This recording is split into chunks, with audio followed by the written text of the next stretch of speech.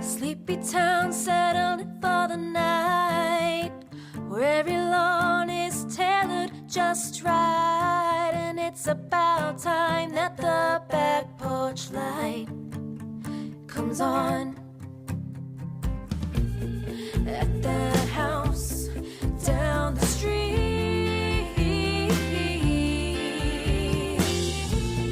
at that house on Magnolia Street. Hey, Witch, hey. Hey, Witch, hey, I'm Justina. I'm Christina. Welcome to Magnolia Street, your one and only musically inspired practical magic fandom podcast.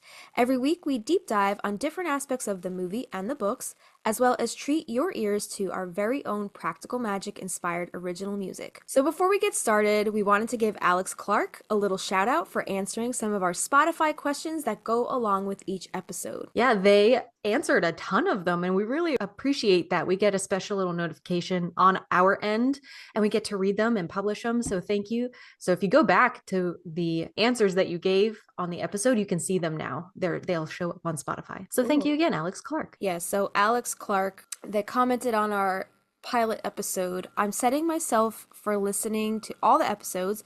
Really enjoyed the first one, so looking forward to what's to come. Alex also commented on our episode 2 about the book versus movie part 1. They said their favorite is the movie, although it takes some artistic licensing with the original books. The aesthetic more than compensate for that. The hair, the clothes, that house, iconic. It really is iconic. Our episode 3, they commented about the Death Watch Beetle when we asked if they like long episodes or they want us to split them up. Alex said, oh, please keep doing the long episodes. You can really get your teeth into the subjects. I love that. We hope you love that 5-hour exorcism episode when you get there.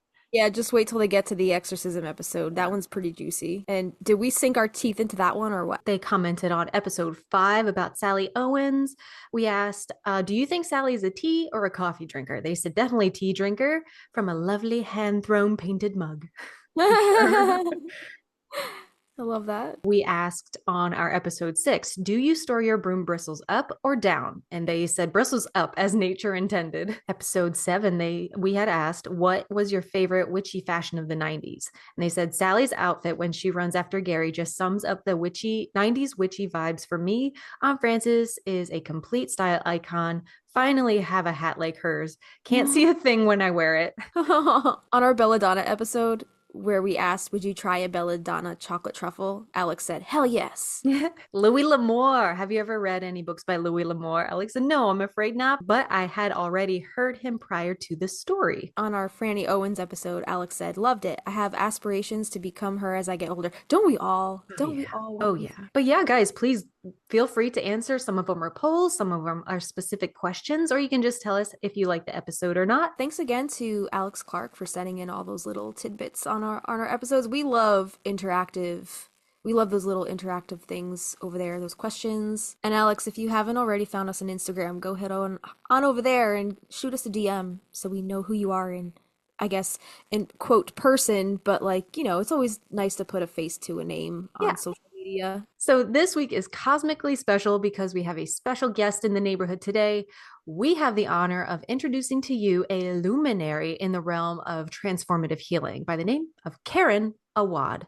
With her groundbreaking approach, Karen delves deep into the realms of sound science to facilitate the regeneration of both cells and souls. So welcome, Karen, to Magnolia Street. There you are. Hello. Welcome. Thank you for having me. Thank you for sending me the episode 58. I was listening to it the last couple of days with Joseph. What a really creative guy. Oh yeah, he's a force to be reckoned with. I haven't seen his cards and I was riveted. I had it on while I was doing stuff in the kitchen and driving, and I was like, wow, these cards sound really interesting. Yeah, the fact that he does all that like by himself is even more impressive and just mind-blowing. Yeah. Is there anything that you need from us? Oh, y'all are so sweet. Good to go. Let's rock and roll. I got my tea. I'm all set. All right. Awesome. We did our little introduction for ourselves before you popped on. So again, welcome Karen to Magnolia Street. So I actually had the pleasure of meeting Karen in person through my work as an innkeeper. Karen stayed with us for a few days and we got to talking and had that moment of like skirting around the metaphysical a little bit. I don't know about you, Karen, but I had the moment of like, I am, are you? Right. And we sat in the dining room of the inn and we just talked about energy work and paganism and sound healing, witchcraft. And then this podcast, and Karen was kind enough to invite me into her space to see her tools and what she had brought with her. And you gifted me with a little alignment session that day, which was really awesome. So I appreciate that. So, question. So, Karen, how did the inn make you feel when you stayed at that place, and what kind of energy did you feel there when you were there? Johannes has created a magical space at Kilburnie. It is very centered, very true. And, I'm highly kinesthetic. I'm very, very sensitive to energy. This is the work that I do. And as soon as I got there, I walked into that building and I felt this real ease and wholeness and authenticity. Every inch of that place is purposeful, passionate, and true. Objects hold energy. When you walk into a room, we've all done this. You walk into a room and you can feel this or that, or you're in a party and you go talk to somebody and you go, no, no, no, no, no. Going away from them. Ooh, let's go over here. Yeah. And so he has done such a purposeful, meticulous creation of that place down to the square inch of molding. I'm sure Christina has talked about the history of that molding and what was done to create it. As I stepped in there and I walked around and I went into my rooms, I've now been in the one upstairs and the one downstairs, and it felt so nourishing, so restorative. And so I've told a lot of people, I'm like, you're looking for some time to get away, get yourself, come back home to yourself, which is what I do with my clients. Go for a little respite at Kilburnie, Lancaster, and let yourself sit on that back porch or the balcony upstairs and be with those woods. He did a beautiful job creating the woods and the trails. It was so nice that I could put on a coat and walk and grab my walking stick and walk the wood trails without having to drive or go anywhere or do anything. I could sit and do meditations. I could sit and do ceremony. I could sit and do prayers free from the outside world. So I will be back many, many times. Awesome. Well, what brought you there, right? You are kind of looking to expand or reposition yourself, replace yourself in Kilburnie. You landed just to take in what it felt like in a new area. And that's how you ended up there. Right. And I remember Johannes, you had sent him an email asking about what to do, where the location was. And he usually doesn't do this, but he brought it to me and I got to read it also. So I got to meet you a little bit before you actually showed up. Nice. Which I don't think I got to tell you. So a few months later, Karen returned and she told me that she got to sit down and watch Practical Magic and took notes, which she just showed us. My mind is blown. My heart about exploded. I was adamant that we needed to sit down with you here on Magnolia Street and talk. And unfortunately, that day I was in such a rush. I had a family emergency going on that I needed to get home, and we weren't able to sit down and chat. And I knew Karen could feel my stress like reverberating off me that day. But I'm so glad that we get to sit down together with no distractions and talk about our favorite things. And yet today we have the honor of introducing you to this luminary in the realm of transformative healing, Karen Awad. With her groundbreaking approach, Karen delves deep into the realms of sound science to facilitate the regeneration of both cell and soul. So from the moment of conception, Karen explains we inherit ancestral and cultural patterns along with unconscious emotional imprints. Throughout gestation, our nervous system absorbs the stress and emotions of our mothers, shaping our early experiences that result a life often lived on autopilot, driven by unconscious programming. But Karen Awad offers a different path, a path of liberation and self-discovery. Through her expertise, she guides individuals to reclaim their essence, shedding layers of old patterns to reveal the radiant core within. And Karen's approach isn't just about receiving energy, it's about actively moving stagnant energy, restoring balance, and reconnecting to one's true self. So testimonials overflow with gratitude and awe for Karen's profound work. Clients describe her sessions as nothing short of miraculous, with each encounter bringing deep shifts and newfound clarity, whether through the resonance of tuning forks, the ethereal tones of ancient Tibetan bowls, or her own transformative toning. Karen's method penetrates to the core, releasing trapped energy and igniting inner alchemy. Karen Awad's work isn't just mystical, it's deeply rooted in scientific principles. Through her proprietary protocols, she neutralizes ancestral influences, restores energetic harmonies, and empowers individuals to rewrite their stories. With a fusion of vibrational, Justina has to say it, and then I re-say it. Is this right? Radiesthesia? Yes. Okay. Very good. Vibrational radiesthesia, which I need some information on. I've never heard of that before. Yeah, same. Sound therapy and ancient wisdom, Karen invites clients into a journey of profound healing and self-realization. At the heart of Karen's practice lies the fusion of vibrational science and spiritual wisdom.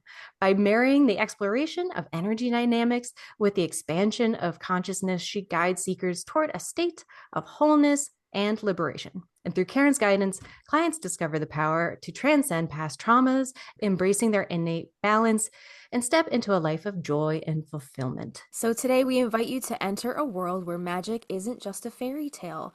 It's a tangible force for transformation. And Karen Awad is a modern-day sorceress whose mastery of harmonic healing mirrors the enchanting practices of the Owens sisters in practical magic. Seeing parallels with the timeless wisdom of the Owens family, Karen weaves together the threads of sound science and ancestral healing to create a tapestry of profound transformation. Like the bewitching herbs and potions concocted in the Owens kitchen, Karen's methods are potent elixirs for the soul, dormant energies, and unlocking hidden potentials. And much like the Owens sisters, Karen Awad possesses a gift for alchemy, an ability to transmute the ordinary into the extraordinary. Through the power of sound therapy, she guides seekers on a journey of self-discovery, helping them reclaim their birthright of joy, peace, and wholeness. In practical magic, the Owens sisters harness the elements of nature to manifest their desires. And similarly, Karen utilizes the vibrations of sound to restore balance and harmony to the body and spirit. With her ancient Tibetan bowls and mystical toning, she creates a symphony of healing that resonates deep within the soul. Just as the Owens family's Book of Shadows holds the secrets of their craft, Karen Awad's practice is guided by her own sacred knowledge. With her proprietary protocols for neutralizing ancestral inputs and recalibrating vibrational disturbances, she empowers clients to script their own stories of healing and transformation. And finally, at its core, practical magic is a celebration of sisterhood, self-discovery, and the magic within us all. And with Karen's guidance, individuals are invited to embrace their inner power and to reclaim it, rewrite their narratives, and step boldly into the light of their true selves. So we're so excited to learn more about your journey and the parallels that you kind of see with the work you do with this movie that we all love so much. Thank you for that beautiful introduction and very well written, Christina and Justina. Beautiful. And I know that you went to my website and read it because I can tell by what you pulled from it. And it's really exciting for me to help people come home to themselves and to have a different experience of yourself. We are energy. How does life change when you experience yourself as energy? And then you consciously create with your thoughts, your feelings, your doings, and your energy body, right? This is, and what is magic? So I know how I define magic. How do you define magic? Those little everyday synchronicities that you've thought something and all of a sudden you have it. Those are like the little magical things, or seeing growth in nature and then it mirrored in yourself somehow. Yeah. Okay, Justina. Oh God. But you're back in school. Yeah. Like just the magic in the mundane, those everyday little occurrences that you might not notice, like your blind eye might not notice it. You have to really tune into those things that are going on around you and pay attention. I feel like paying attention is important to realizing the magic going on around you and stepping into your own power for sure. Right, exactly. Magic is mastery of your consciousness and your energy body. And what you do with every thought and every feeling and everything you literally do, because that creates. Well, our energy is unseen. And so it takes on this magical, woo-woo, mystical crap. And it's a beautiful movie. I watched it again last night for the second time. Oh my goodness. It's really well done. There's some really excellent insights and wisdoms in there. And, you have 4 bodies. You think you just have one body. You actually have 4. Oh. You have a mental body, which are your thoughts, beliefs, and attitudes. You have an emotional body, which are your feelings and emotions.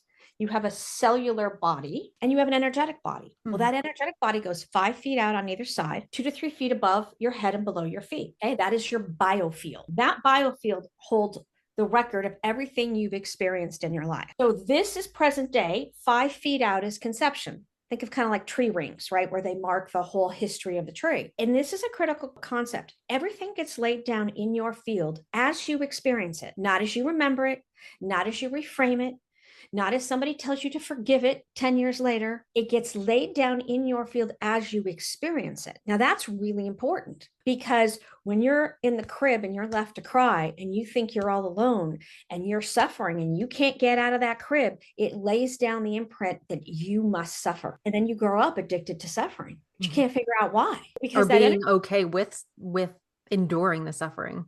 Right. You learn that, gee, I can't get away from this. This is all pre-verbal, right?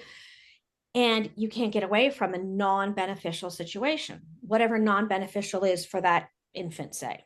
In some cases, it's minor. In some cases, it's massive. So that gets coded into your cell, into the cellular structure. So you grow up and then you find that, you keep choosing relationships that are unhealthy, or you can't stop eating unhealthy foods. And all of these self-sabotaging behaviors are coming from this foundational imprint that you must suffer because you can't get away, because it's coded in your cellular structure. So what's fascinating about working with sound is that, and especially the biofield tuning practices, that I can go back in time and work in your biofield and input coherent sound or input coherent energy, find the stuck energy through the process that I work with toning and the tuning forks and other things, allow that energy to be witnessed and validated so it no longer has to be stuck. And it moves. All of a sudden, you're like, I can make a better choice, and it's easy to make a better choice. It's kind of like a little plant that gets a bigger pot. Yes. Like, let's get you unstuck from this little growth pot. We'll put you in something bigger so you continue to grow. Right. And that you're not being fed by unconscious energy. So,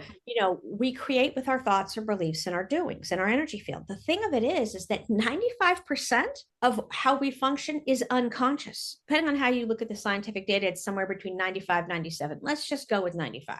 95% of what you're putting out into the universe is unconscious. So people who, millions of people are on this path of mastering the self, millions upon millions upon millions. And there is so much struggle and so much heartache and so much tension and so much frustration. And it's because we've got these patterns laid down. And you have to remember that whatever you put out in the universe comes back. That's a law of physics. Nobody is an exception. So my clients say to me, but I'm putting out good energy. And yes, you are in the 5%. In the 95%, you're putting out that you must suffer because you were left in your crib to cry. You were not fed on time. You were in a household with mom and dad screaming.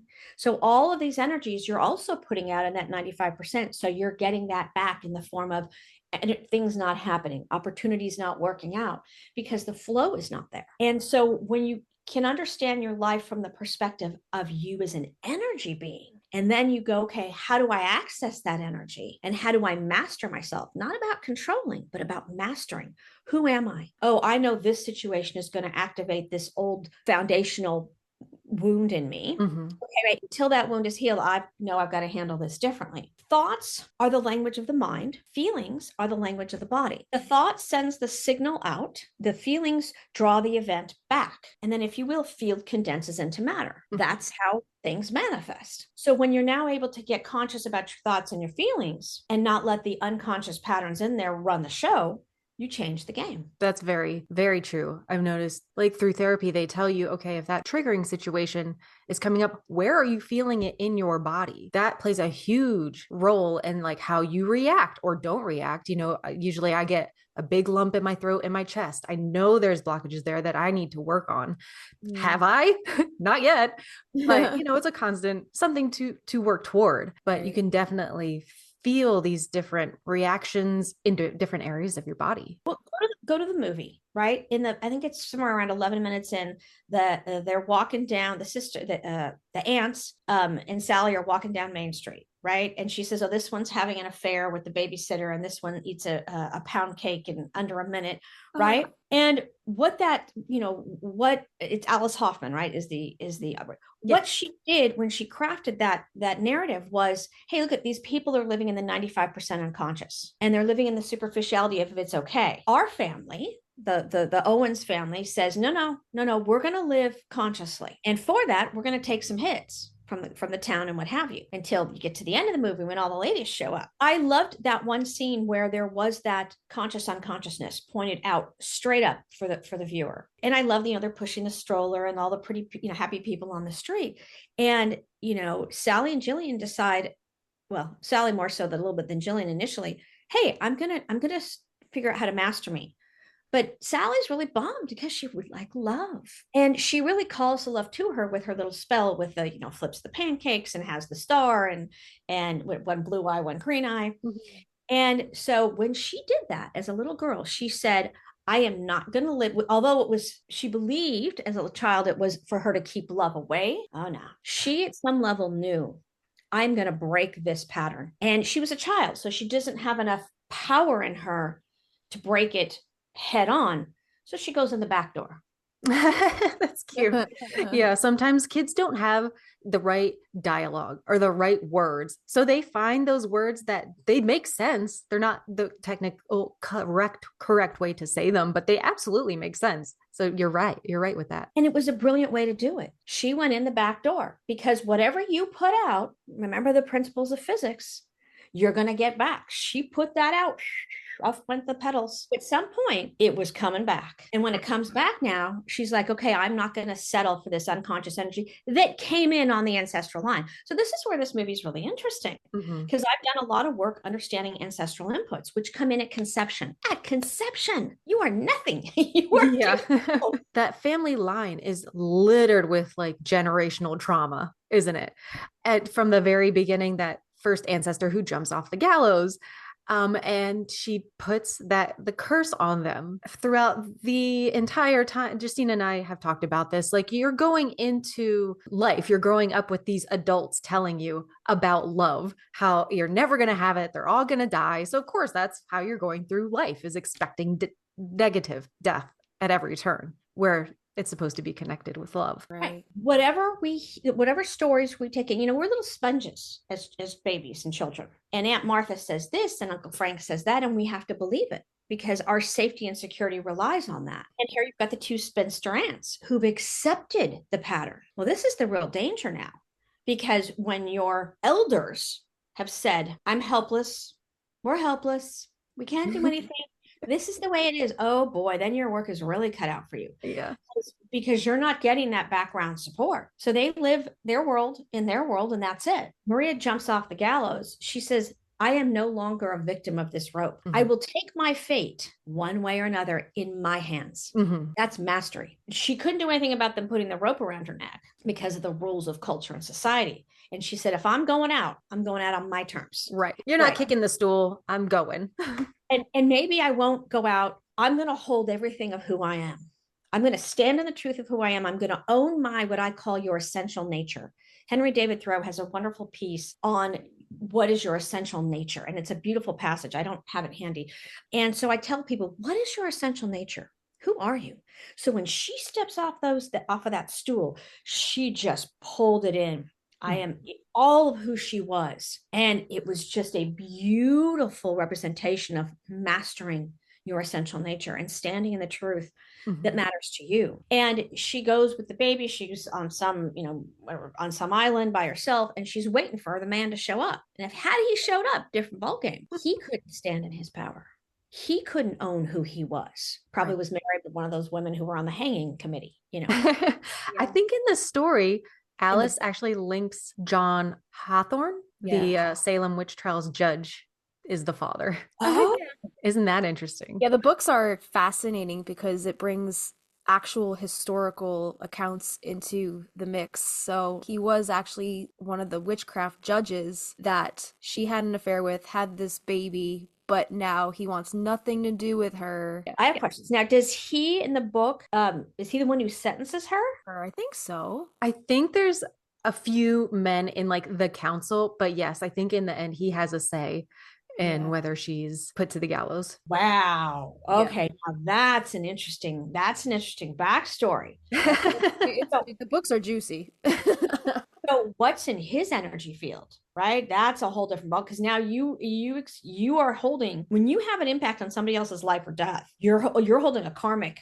energy there. Woo, that's an interesting backstory. I Yeah. like it. And he was also married and also had a child when he hooked up with Maria, which was like he not even in Massachusetts at the time. Like this was in like Curacao Islands, right? He was down there for something reason or another, and Maria had gone down there and they had an affair, and then he went back up to Massachusetts, and then she goes to find him once I guess she realizes that she was pregnant. Yeah. Wow. Okay, so that's an interesting backstory. So he's living this unconscious life. The two-faced, superficial. So he's living in the 95%. She's living in the 5%.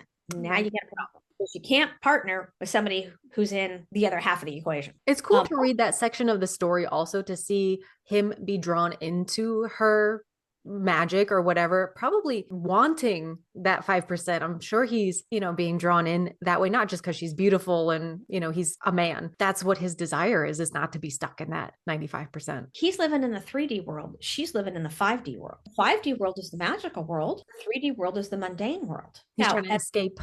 right. Yeah. As we hold physical bodies, we must live in the 3D world. At the same time, if that's all we live in, we are missing so much of who we are. We're missing our spiritual self. And at the same time, if we're only in the spirit self and we're not in the 3D world, we're also missing it because you have a body for a reason. So it's an understanding of how to walk in both worlds in the essence of who you are. And what does that look like? It's a fun movie. I appreciate you turning me on to it. So I have a question. Yes. What does that look like for you, like bridging the gap between the 3D and the 5D world? Bridging the gap. Very consciously.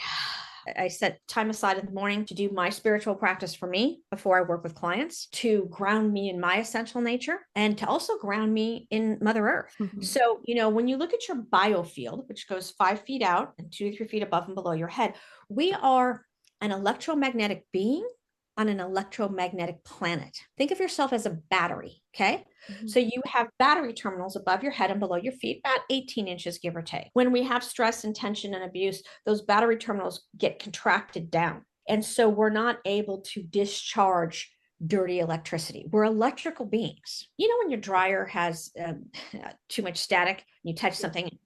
Yeah. But when your battery terminals are not open and flowing, you have so much static buildup, it creates this kind of, I can't think I'm gonna hit again. I don't feel good. Right? Because energy's not, it's stuck. Yes. Yeah.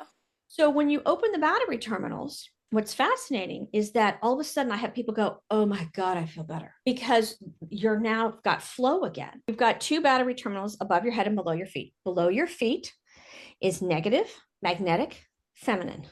If you scribe it a color red, it spirals up your central channel. At the same time, you've got a battery terminal above your head, positive, electric, masculine. Give it the color white. White spirals down, red spirals up. Think of a candy cane. Comes out your head, goes 5 feet out, makes your biofield, comes up your feet. At the same time, up your feet, out your head, out your feet, and makes your biofield. That's how you hold boundaries.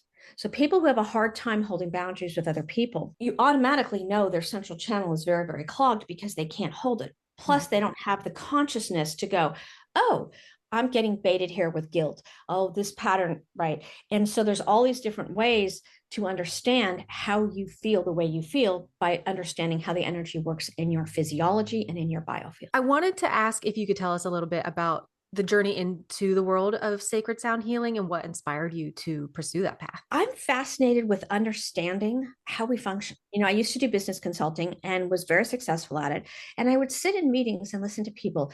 And I was perceiving what I now understand to be energy, although I didn't have that context back then. Mm-hmm. And I am a lifelong student of life. It's learning is really important to me. It's part of my essential nature. That growth, that expansion is part of what my spirit came here to do on this earth. And so I'm always going, well, how does this puzzle piece fit here? How does that fit there? And then my own health issues, my own problems that I couldn't resolve, Western medicine was making worse. And I'm like, okay, this doesn't work.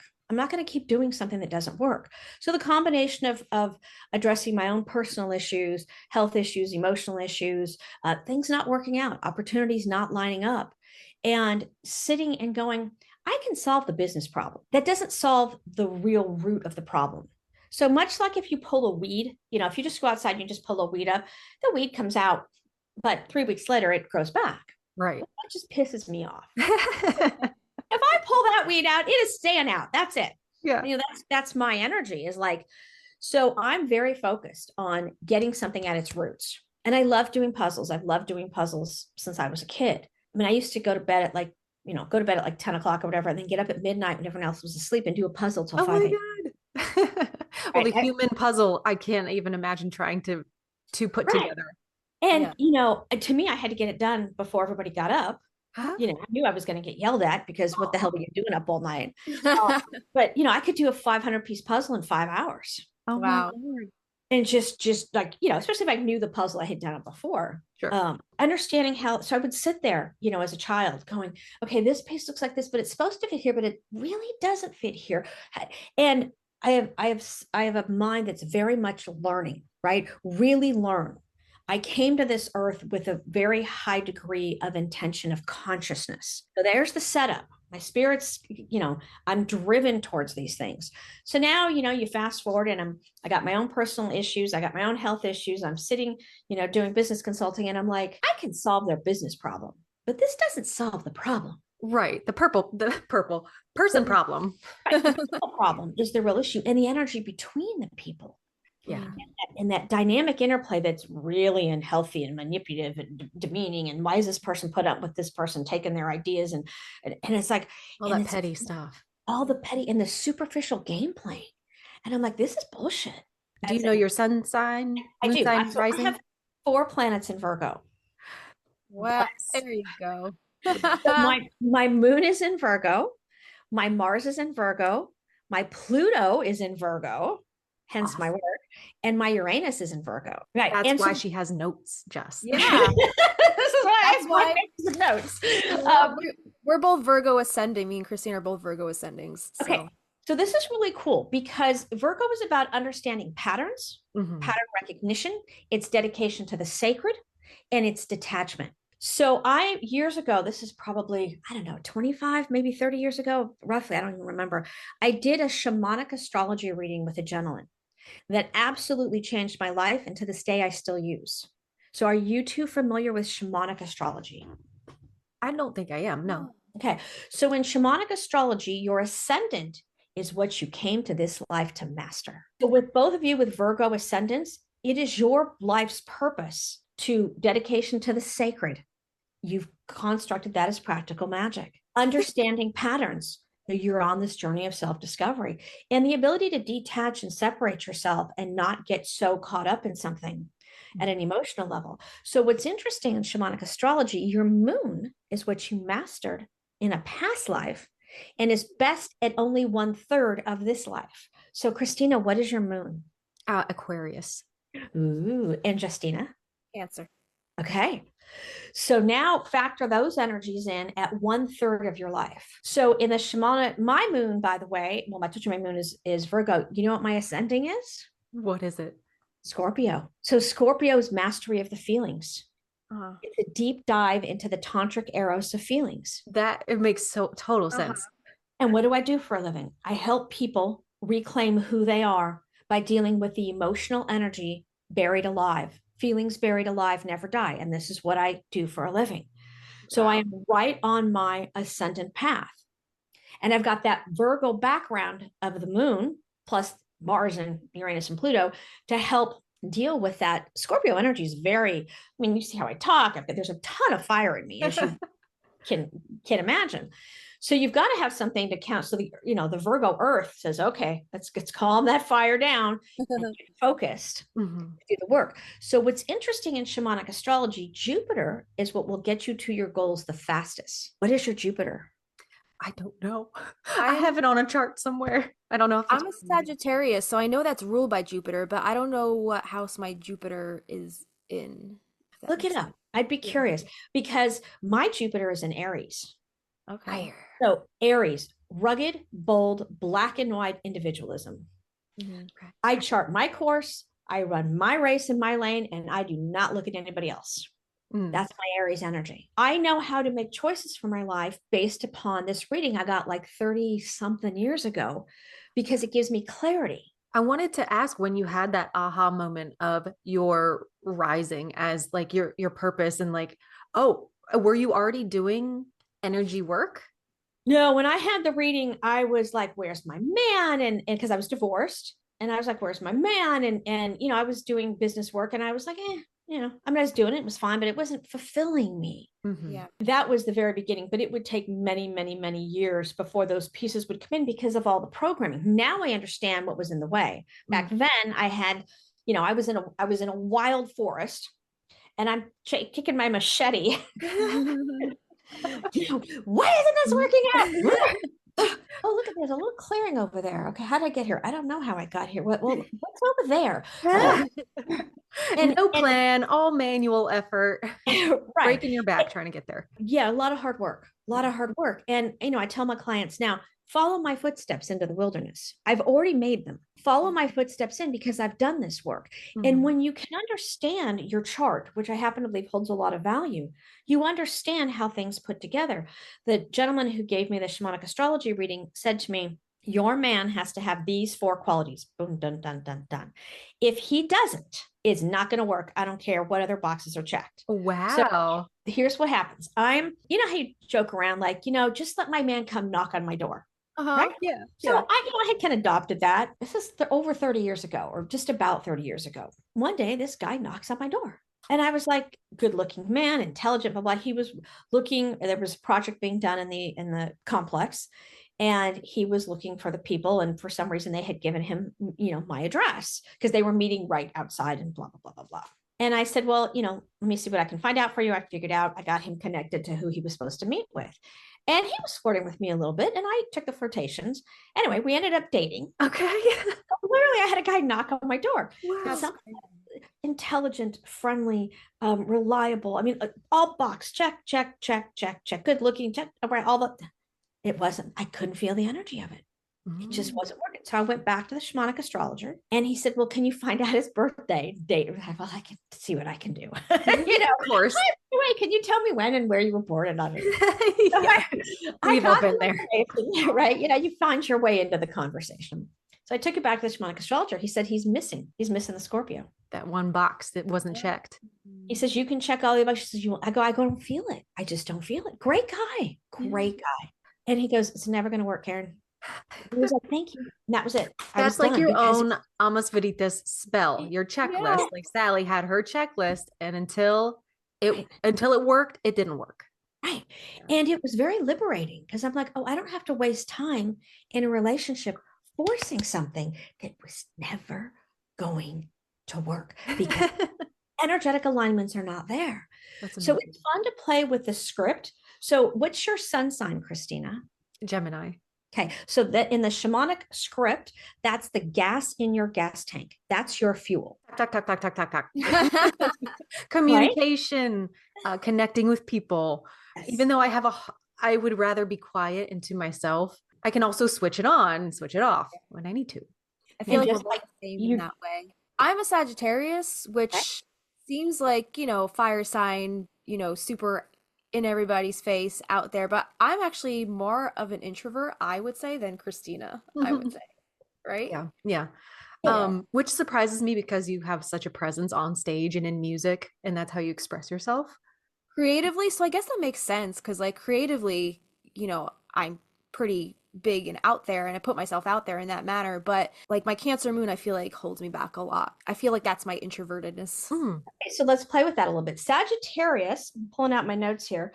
Truth and the meaning of life by expanding the self to the widest possible horizons through the hero's journey and vision quest. So that expansion piece is your fuel.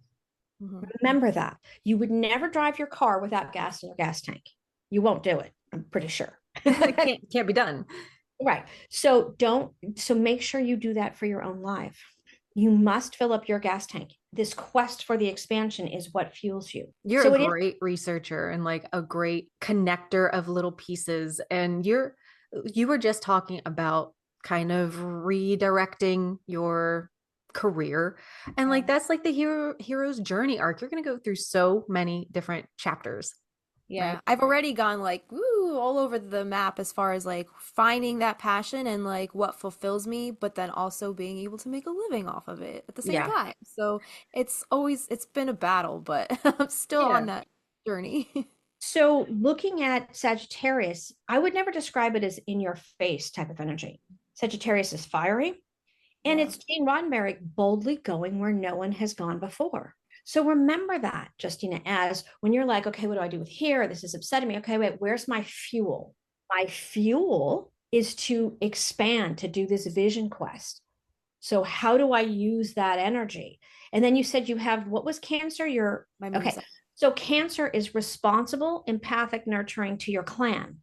So, and I would take out the empathic because it's a whole nother conversation Right. about, okay. So responsible, nurturing to your clan. So whomever, the kitty cats are clearly your clan, and whomever else is your clan, that as 1/3 of your life will very much support you. More than that, it will bring you down.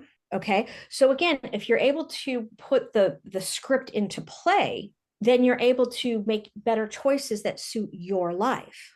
Right. You would make different choices. My Jupiter is in Aries. If my Jupiter was in Pisces, I would make entirely different choices. Totally. Yeah. So what's really cool about your natal chart is it's your own personal roadmap. It's your Right. personal Google Maps. I like that. And it can give you the pieces. So your Mars is your inner masculine, your Venus is your feminine, right? And if you have a mate, then Christina, your husband has something in him that fits your Mars. It does. Yeah. Right? Otherwise, you two couldn't link up He's in a good way. Aries. Ruled by Mars. So it's super fun. And this is, if you look at all the different things that I'm interested in, and as you saw from the website, I love pulling threads from all different tapestries Yes. and weaving them together for each client in a unique way. One of the things I appreciate about Joseph's interview that you guys did, that you had sent me, Christina, he is a creator. And that's where he has found his fulfillment, his prosperity, his peace, his provision is in that creating. And he does a lot of work himself. So he's got a real dedication. He's got Virgo, somewhere in there, dedication to the sacred. And he's very meticulous. And that's part of the Virgo energy is like, every I is dotted, every T is crossed. And I understand myself to be a creator. Mm-hmm. So I create by pulling threads from all different tapestries. I can be in the middle of working with a client and we're dealing with deep sadness that's buried in her field, and I'm striking a tuning fork. And I'll say, what's your Jupiter in? Do you know your natal chart? And she'll be like, what? Because I can go, she's got a real heaviness here. How do I move her through this? Oh. Well, I know that her Jupiter energy would help if I knew what it was. So I love to pull in and how do you weave a different tapestry from all these different modalities? And so I'll pull from shamanic astrology, I'll pull from the science of sound, I'll pull from so many different things. And each client gets a personalized experience. And as you saw from the testimonials, every session is different. Oh, I can imagine. It's just like your fingerprint, your thumbprint. And it should probably be a requirement. Hey, maybe like forward me your birth chart before you come. You would get so much information that would just accelerate their healing. You said, I'm circling back around. This is my Virgo. We got to bring this to, you said, give me your top 3. What do you define as the top 3? I've always heard it your sun, moon, and ascending. Oh, okay. Is your top 3. Because your fuel, what you mastered in a past life and what you came to this life to master. Right. So that's a good, yeah. So to answer your question, my sun is Leo. You can kind of tell with your beautiful hair. The moon, of course, is Virgo, and the ascendant is Scorpio. So those are my top 3 to we answer. Love your blend. How has your spiritual upbringing influenced your approach to healing and sound therapy? Were you really spiritual growing up, or were you? My upbringing told me what not to do. Part of mastering yourself in life is notice what doesn't work. So I'll just leave that aside. That wasn't working. I went a different route and found my own spirituality. One of the things that I tell people is tell yourself the truth and build self-esteem. And I'll say it to them probably in every session they do with me. That foundation will build anybody's life if they truly follow it into health and happiness and fulfillment. because we lie to ourselves. We sure And do. that's all over the movie. Jillian lying to herself. She knows she's in a bad place with this dude, and she's going down that road, and she's going down that road. Mm-hmm. And then she keeps making very self-destructive choices. Yeah. Because fundamentally, we make self-destructive choices. One, because we've got the energy in our field. I point this way because you guys are on my massage table on the computer, and I have tape on my, I have tape on my floor that marks your timeline. Wow. Okay. When I talk to clients, they're on the table, and I'm always moving my arm this way. That's why I keep doing that. Tell yourself the truth and build self-esteem. Jillian does not have the self-esteem to make choices that are true to her. Mm-hmm. She doesn't develop her gift. Mm-hmm. She just goes, not dealing with it. I can't be like my sister, so I don't know who I am. I can't be her. I don't know who I am, so I'm going to just hop over the rail, jump on the guy's shoulders, and off I go into the world of the 3D world. It's not even like she's going to go, I'm going to go find out who I am. She's going to let somebody else drive. She's in the back seat just along for the ride. So she's in the back seat, and all sorts of problems show up, right? And Sally has a little bit more self-esteem. Which is interesting because she seems so mousy, an introvert, wants to be kind of left alone, doesn't want to ruffle feathers in the town. Yeah. But I would like to know your thoughts on that. Well, no, remember, she opens up the store, right? She says, I'm gonna start to claim a little of who I am. She does it even as the child with the spell for the husband, with the wish for the husband. Or for the mate, right? The flower petals go up, the green eye, blue eye, blah, blah, blah, blah, blah, right? So even as a child, she says, I would like to claim a little of who I am. And what I want. This is what I want. Little bit of what? Yeah, little bit. I'm a little girl, can't do too much. So she had that self-esteem. That's that little girl having enough self-esteem, this much, to put it out there. Jillian didn't have that. And look at the course their two lives took with the difference of this much self-esteem and this much more. If you tell yourself the truth, Jillian wouldn't tell herself the truth. Sally's driving Jimmy's car, right? He's dead in the back, and rightfully so. Then he was going to murder Jillian. And she's like, we got to go to the cops. Sally's like, we got to go to the cops. Okay, this is her self-esteem kicking in. This is her claiming her spiritual power. I gotta marry what happened in the, with reality. Yeah. Right? And Jillian has so little self-esteem. She's managed to pull Sally back down. So now we all have had circumstances in our lives, friends, family members, business people, neighbors, whomever, where we were here with our self-esteem and they were here, and they managed to. Yeah. That goes on for a little while. Problem gets bigger. Sally knows that because she was told by the aunts when she asked for her husband to be brought back, and the aunts are like, no. You can't bring them back because they don't come back the way they were. They come back in their shadow side, and their shadow is unconscious energy. I'm getting goosebumps. Right. And by the way, that's Pluto. Okay. That's the planet Pluto, is your unconscious energy. Your shadow side is Pluto. So again, I'm weaving in all the threads here, right? Love it. So whatever aunt says to her, no, we can't do that because he'll come back in his shadow. He'll come back in his unconscious. So now you've got Jimmy who's dead, and Jillian's like, come on, let's bring him back. And Sally's like, are you kidding me? I've been down this road. It is not a good road. So why do you two think Sally gives in to Jillian and does what she knows is not a good choice? I think she's been doing it her whole life, even though she's the big sister, she wants what's good for her little sister. They lost their parents at such a young age. I think she wants Jillian to have some kind of good life. And as a kid, you get the candy, you get the special treatment, especially as the younger sibling. And she's still getting that treatment as an adult. Okay, we'll pacify this situation. We'll try it your way. Didn't go as planned. Yeah. And maybe also a little bit, maybe she doesn't want to lose her sister again because they've been apart for so long, and she finally has a piece of her sister back, granting her sister this one little, or not little, but one thing. Necromancy? Maybe necromancy.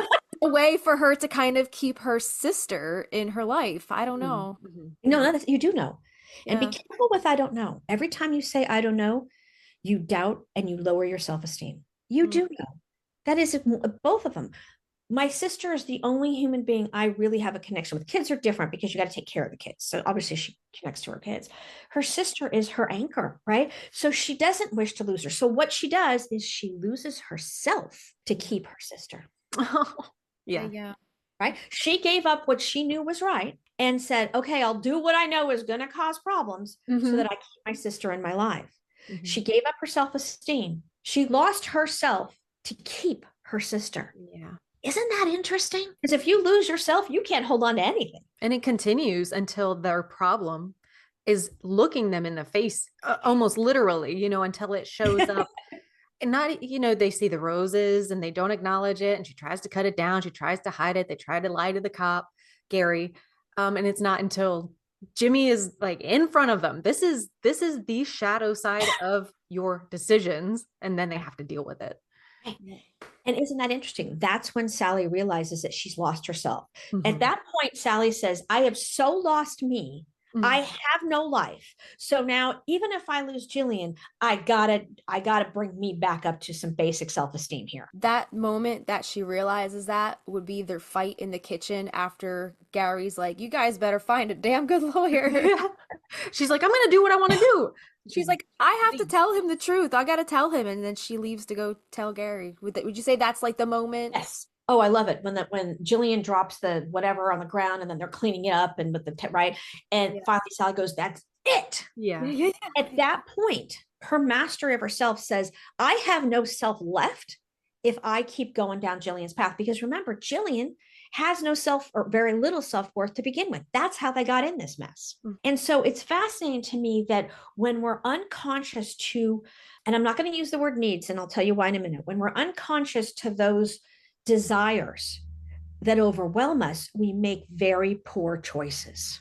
If Sally had gone, okay, I can lose my self esteem and keep Jillian, but what am I keeping if I don't have me? And it's only going to get worse because she knew that, because she had enough wisdom to know that, right? She actually had blood knowledge because that's how sacred knowledge is passed down in the blood. Or she's going to be like, it has to get so bad that she's like, I'm hitting a bottom that is too low. And her kids are there too. Like she has to make choices that keep her children safe. Right. And so you look at, she tells the kids don't do magic, and then she's up in her room and the coffee stirrer is stirring and stuff. And you're like, wait, you're doing Right. something. Yeah. Okay, that lying Mhm. gets you in a whole lot of trouble because the kids know. They know. They find that little spell book too, you know? They know Right. mama's very powerful. So my two tenants, I come back to my two tenants, and I came up with these from my own trial and error and from working with so many clients. Tell yourself the truth, build self-esteem, and it will cause you to make different choices in life. And what you have to accept is that if you would like a different personal reality, you've got to make different choices. So Dr. Joe Dispenza, if you guys are familiar with him, No. so he's a pioneer in consciousness, and I've done a number of his advanced retreats, and I work with his model quite a bit. And he has some wonderful expressions that really summarize it beautifully. Your personal reality comes from your personality, and your personality comes from your thoughts and feelings. Now I'm going to add doings and energy field. So your personal reality comes from your personality, and your personality is made up of your thoughts, feelings, doings, and energy field. Okay, now we got a formula.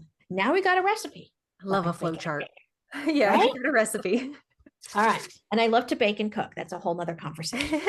So now I got a recipe. So let me break down the recipe. If you change your thoughts, feelings, doings, and your energy field, you change your personality, which means you show up in the world differently, which means you have a different personal reality. What happens is people would like to keep their thoughts, feelings, and doings the same and have a different personal reality.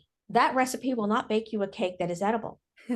And that's what's an interesting piece of this. And so that's where Sally finally puts the pieces together. She's got to show up differently to change this problem, which is getting worse. I mean, Yeah. dead once, he's back. He's dead twice. Now he's in Jillian. He's haunting the house. I mean, this is a problem here. She finally checks into the reality of it. Yeah. The one thing she didn't want to lose was her sister. And at the end, she is losing her sister because of those choices. So it just the math doesn't math. Right. Right. So what's interesting is, things are not going well in that session at the end. And we'll talk. I'd love to talk about how all the other women suddenly show up from the town who've been berating them. But we'll go back to that in a minute. Sure. And she's like, okay, this isn't working. This is her Virgo kicking in. This is a problem.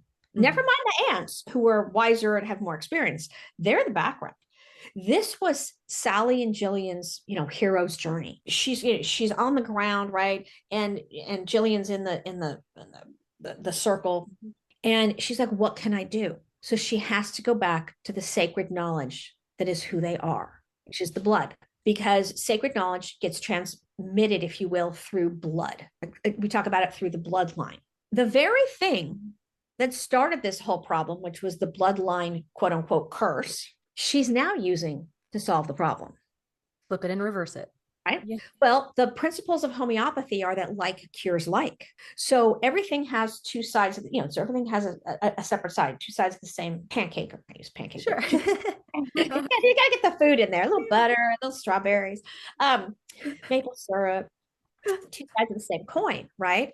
So that's an interesting cue to us. The very thing that takes us down the path, if we make choices that do not build our self-esteem and that do not honor our soul's path, go back to the source and make a different choice. And that's what she did. She went back to the source and she said, I am reclaiming who I am. I am reclaiming my essential nature. In that place, she can reach out and reclaim Jillian. So I love that context of it, and how she did it. I do too. I have a question about to tell yourself the truth. Yes. And build self-esteem. Do you have an example of, because some people like, what is a truth I need to tell myself? Is there an example that you've heard or have worked through? Because to me, I'm like, what kind of truth do I need to start with? Okay. So oftentimes we make up stories to compensate for other people's bad behavior. Okay. Very much happens with mates.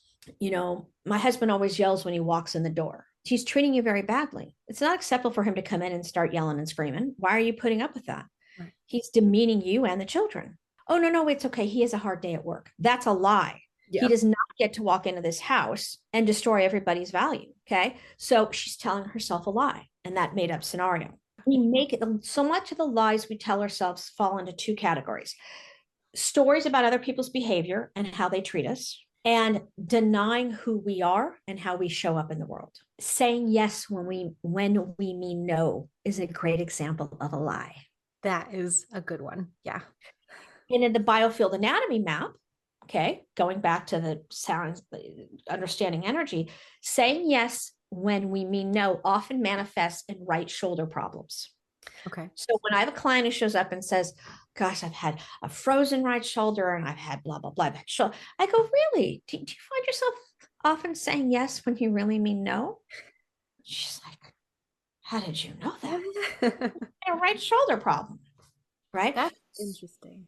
So our biography is our biology, and our biology reflects our biography. We lie to ourselves because the pain of the truth is perceived to be worse than the pain of the lie. However, that is an illusion. Sally knows, go to the cops. It was self-defense. Yeah. She knows that truth. Mm-hmm. She lies to herself because she perceives that the truth of going to the cops is going to be worse because Jillian convinces her of it. But that's a lie. She knows it's not. She knows this problem. You got a dead body and you're driving his car. You're going to get caught. Come on. Like, you've got a lot of problems coming down here. We have this illusion that the pain of the truth is worse than the pain of the lie. Mm-hmm. And it's an illusion. And I encourage people to say the truth out loud. Because if you hear it, it's different in your head. It's just different in your head. And say something out loud. I encourage people to use their voice recorders on their phones, because speak into it about a situation that's upsetting you. And then when you have private quiet time, and if you have to, go get in the car and go sit in the parking lot, mm-hmm. In front of a park or whatever, and play it back and listen to the lies you're telling yourself. And so they happen all the time, Christina. Does that answer your question? It does. Yesterday, rough day. And I video messaged Justina. I was like, I just it's one of those days I just want to chop off all my hair. And I'm like, no, you don't. Just like sleep on this for a day. But saying it out loud and then getting that back, I still kind of want to do it. But now I'm in a headspace of it's not an emotional decision. And that's what our real loved ones. You two clearly have an extraordinary bond, right? Yes. And Definitely. that's to me what a really deeply connected person can do for you. They can be the truth sayer. And if you have that understanding, which Jillian and Sally did not, because they were living in such low self-esteem. Yeah. But if you can elevate your self-esteem up and you have a compatriot, a partner here, which is what you two have, and go, okay, can you always give me the truth? And if I can't hear it, can you help me hold space till I can't hear it? Now that's to me real love. Oh, I agree. You were commenting on our relationship, our working relationship, and we've only known each other for working together at least for 3 years, and finding that somebody who will tell you the truth. And Justina, I don't know where you learned this. Like, I've met your family and they're very boisterous, and you have to kind of know your direction and you have to kind of know your power. But Justina's really good at telling it to me straight. Like, if she doesn't like something, she tells me she doesn't like it. And that makes me feel more comfortable of telling her things that I don't like. And we do music as well. The songs that we've written, Justina has like audio from when we were first starting to collaborate on some things, and you'll play it and you'll be like, this is when you were nice to me. Like back when you would tell me you didn't like something but you were trying to put it in a nice way. Right. And she's like, you're not like that now. No, I rubbed off on you too much. Now And I you're appreciate like, that. now you mirror me and we mirror each other, and it's really refreshing that we have such an honest and open relationship. So I agree, and I think we get things done faster yeah, because 100%. we're not trying to We don't pussyfoot fuck around. around. Didn't come here to fuck around. Yeah, yeah. You both give each other something that allows you to feel better about yourselves. So you're both building your self-esteem through your relationship. Yeah. And, Sure. and if you put it in that context, it helps you to understand what are good relationships. Mm-hmm. Yeah. Do I feel better about myself because of this relationship? And you just said you did. I do. Yeah. Yeah. So we were talking about Sally and Jillian's relationship and how they don't really quite have that. Did you see any of that? How did you feel about the older aunts' relationship with each other as sisters? Did you think that it was kind of the same dynamic? No, they found a safe space with each other, and they're in agreement. You got to clean up this mess when they leave. Mm-hmm. They're not arguing about it. There's no tension in the movie between those two aunts. They're clearly set from a storytelling perspective in the background. And they're meant to do that because this is the hero's quest for Sally and Jillian. And they did a good job with that, because if you bring in the aunts conflicts, then it's a subplot that takes away. There's a lot of depth in how they deal with things. I got to pull up my notes now. Hold on. Yeah, let's see these notes. Dig into those. Take us through. Sally says magic isn't just spells and potions. And she holds up, what's his name? Gary's bat. Gary? Mm-hmm. Gary's bat. Just a star, another symbol, your talisman. It can't stop criminals in their tracks. It has power because you believe it does. Now, when Jimmy Spirit goes after Gary, he reaches in to grab Gary's heart, but his star is there, and the star backs Jimmy off because the star for Gary holds authority. I'm the police. I'm the detective, right? This star gives me power. So he does believe it gives him power. And isn't that interesting? We literally create our realities by what we believe has power. Do you think it would have had that same effect had they not had the conversation like right before that? If she hadn't educated him on a little more in depth on symbolisms that he maybe takes for granted, I wonder if it would have turned out the same way. Because some of us go through life doing these things. Some things aren't that special to us until somebody else is like, no, that thing is important. That gives you your power. That is special about you. I have something to interject here. So Okay. what you were just saying, talisman, something that is important. Somebody else pointing that out to you. So I have this little thing on this little 444 on my neck. Yeah. 444 necklace. I see these numbers everywhere. Okay, 444 pops up. I've looked into it, Googled it. They're angel numbers, right? Repeating numbers and repeating patterns. So I was shopping for my boss's birthday present some months ago, and was going through the jewelry aisle. I was like, oh, let me get her like a nice necklace or something. I did get her a nice necklace, but while I was shopping for her, I saw a box. Here it is. Here's the box. I kept it because I thought it was so cute. It had like all these like little astrological symbols on it. Yeah. And I just like was just enamored by the box. So I was like, "Oh, what's inside the box?" So I open it and it's the 444 and I'm like, "Those are my numbers." Like that's so weird. Like I had to get it. So, okay, I get the necklace. Everybody always asks me what it is, and this past weekend we went out for my mom's birthday and she's like, "What's on your necklace?" I was like, "Oh, it's 444. They're my angel numbers." She's like, "You mean like Nana's old street address?" And I was like, "What?" She was like, Oh, "That's Nana, my great grandmother, her grandmother. That's wow. Nana's old street address, 444, Oh blah, my, blah, blah." And I was like, "What?" that's I, awesome.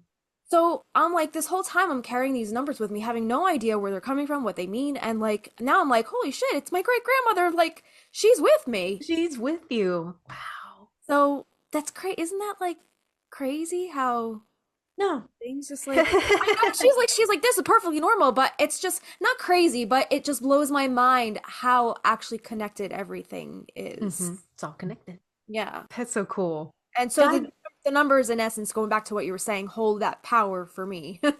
I'm so glad your mom said something. Yeah. I had no idea all these years. Like I'm like, these are my numbers. And she had no idea that these are my numbers. And like I had no idea those were that was my grandmother's address, great grandmother. how are they your numbers? What do they represent? And this all started back in like I want to say 2012. I lost my grandmother, not my great grandmother who this was talking about, my grandmother. I think I've told Christine, I told you this story before. We were in a thrift shop and this lady came out of nowhere and she was talking to us, like talking our ear off about this like flea market in like New Hope, Pennsylvania, not even anywhere near where we were. And she gives me a business card and she had our ear for a while and she was talking about like intuition and fate and like knowing your path, and like she was like going like really like down the rabbit hole as far as like spirituality. And at the time like I had just lost my grandmother, so I was kind of like craving, like I was looking for signs and spiritual places. And she gives me a business card and it said,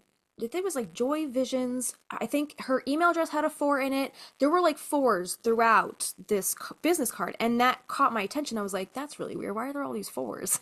like And I never, like, I didn't really pay too much attention to it, but I just like held on to the card, and like then I started seeing fours and 444 and repeating fours, and every time I look at the clock, it's like 444. So it's just like kind of like was this thing that kind of manifest or like snowballed into becoming. And then I googled it and then I was like, oh, it says like angel, there's like a whole website of angel numbers of what certain repeating numbers are, and then like the 444 was like your spirit guides are looking out for you, your angels are with you and making sure you're on the right path. So every time I see 444, I'm like, okay, I'm on the right path. But now knowing that was my great grandmother's address, that just She's puts a whole guiding you. complete that puts a different spin on it. I don't know. But tell her real quick that you have not been able to find this woman Right. since. Yeah. And then she gave me her business card, right? So then I go home and I'm looking for her online. I can't find her anywhere. I emailed her, the email bounce back doesn't exist. So I'm like, that lady was a angel. She wasn't even a real person. Yeah. Where can you go back to the store? Yeah, I've been back to the store plenty of times since. Never Did you saw her again. did you No. ask for her? No, she didn't work there. She was just a customer that was Oh, just like walking down the aisles, perusing, looking through things, and she commented on something that like we were holding in our hand, and then she was telling us about this flea market that was like an hour away from where we even were. And then I was like curious like how this whole flea market came into play. So we visited the flea market wondering if we would find some kind of answers. And then I came upon this little book, Christina, which I was telling you about in our exorcisms episode. It was like a little signature booklet back from like the, I don't know, 1920s or something like that. You were Like looking some, for this lady because she was yeah. spilling tea on some of these people. Yeah. So it's just interesting. like all snowballed into like I still don't have answers like what anything means, but I'm here for the ride if they want to keep giving me these little bits of information that I could piece together. I think it has to do with that book. I think Maybe. that's such a cool mystery. It is. Yeah. So I'm here for the ride. If they would like to give me pieces, I'll put them together. Why don't you go claim those pieces? Yeah. Your Sagittarius is your fuel. Right. Yeah. Yeah. Standing quest for the meaning of life. So rather than sit and be passive, what your Jupiter's in, and feel free to reach out to me if I can help you, because rather than sit back and passively wait, go after it. This is your soul's quest. We, after that episode, so Justina and I were in Boston the very first time, we did like a 5-hour special because it was the first time she and I had been together. And you brought up the story of this book. And we took probably like an hour and a half. Her husband was there with us, trying to sift through, look for this person's name, her nickname, these other people she mentioned in the book, locations. Like we were trying to find what connection this person had to you. Yeah. So my Jupiter is actually in Sagittarius. There you go. Wow. Now I'm curious. So there's a real hit for you. Your fuel and the energy that will get you to your goals the fastest is the same. Mm. So quest for the meaning of life is your daily mojo, in my opinion. Yeah. Dive into it. Have you had your numerology done? I think it's 8. Let me see. Double 4? You add. Oh yeah, right, because you subtract until you get to the So base 2 number. 4s are your life path. Okay, keep going. Play with that. Be curious if you've got 2s, 4s, and 8s because you're doing multiples. You're doing harmonics. Now I want to know what my Jupiter is. It's everyone's looking for guidance, and there's so much of it available if you're willing to put the pieces of the puzzle together. Yeah, my life path number is a 4. Okay. Because you That's add all the amazing. numbers together, right? 12, 20, 1983, and then I don't know the formulas, so you have to look it up. I have a book, and I had bought the book and did my own numerology with it. I had bought Glynis McCant's book, which I really liked because it broke it down. It's interesting when you can take, again, pulling threads from different tapestries and weave it in. So I know my life path, which is a 5, which is big adventure. Right. Oh, Big wow, adventure. yeah. Really going for it. And I've done that in my life, especially in the last, 10 years. And when I'm not on a big adventure, I'm not as fulfilled. That is my life path. And 5s also can have a lot of mountains to climb and valleys to get through. But of course, that would fit my professional path, right?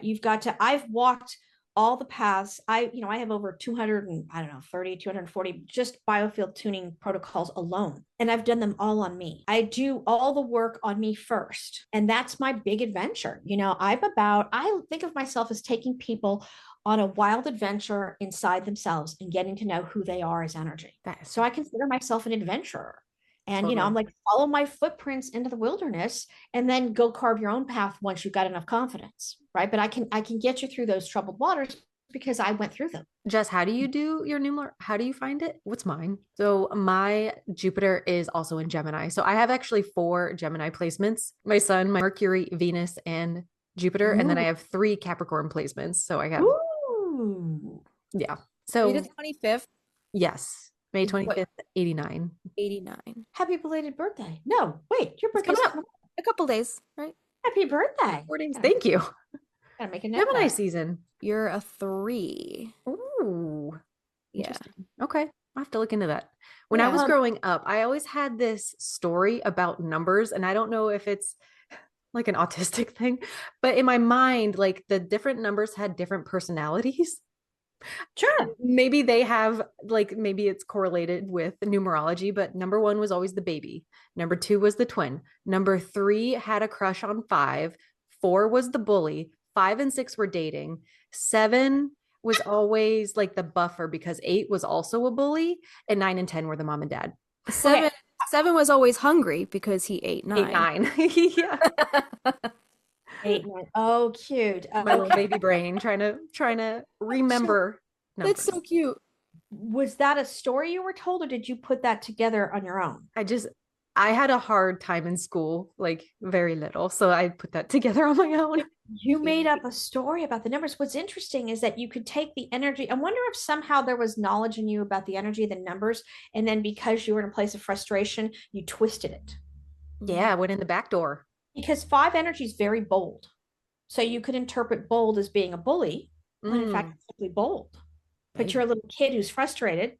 So it gets tangled up. Yeah, I love that. The best information I found on numerology that was really clean was Glynis McCant's book, MCCANTS, Glynis McCant's, and I did all my numbers, and it helps to know them because again, it's another modality that helps you understand and master yourself. Mhm. Staying adventuresome, and I've hiked the high Andes in Peru. I've hiked the Italian Alps. I love boldly going forth You're amazing. and Yeah. figuring out like, okay, well, how's this going to work out? That's truly my nature. It helps me to when I start to have doubt. Well, if I do no, wait, who am I? Mm-hmm. Okay, I'm an adventurer. I'm a creator. Listening to Joseph talk in the podcast you had with him, he knows he is a creator. I have so many deck ideas. I know which one to write first, and Yeah. right, and he's going on and on because he's a creator, and he knows he's got to stay in that space Mm-hmm. and maybe offload some of the more mundane, tedious work. He's done a really good job, it sounds like, of figuring out, okay, this doesn't work, or this costs too much money, or this takes too long.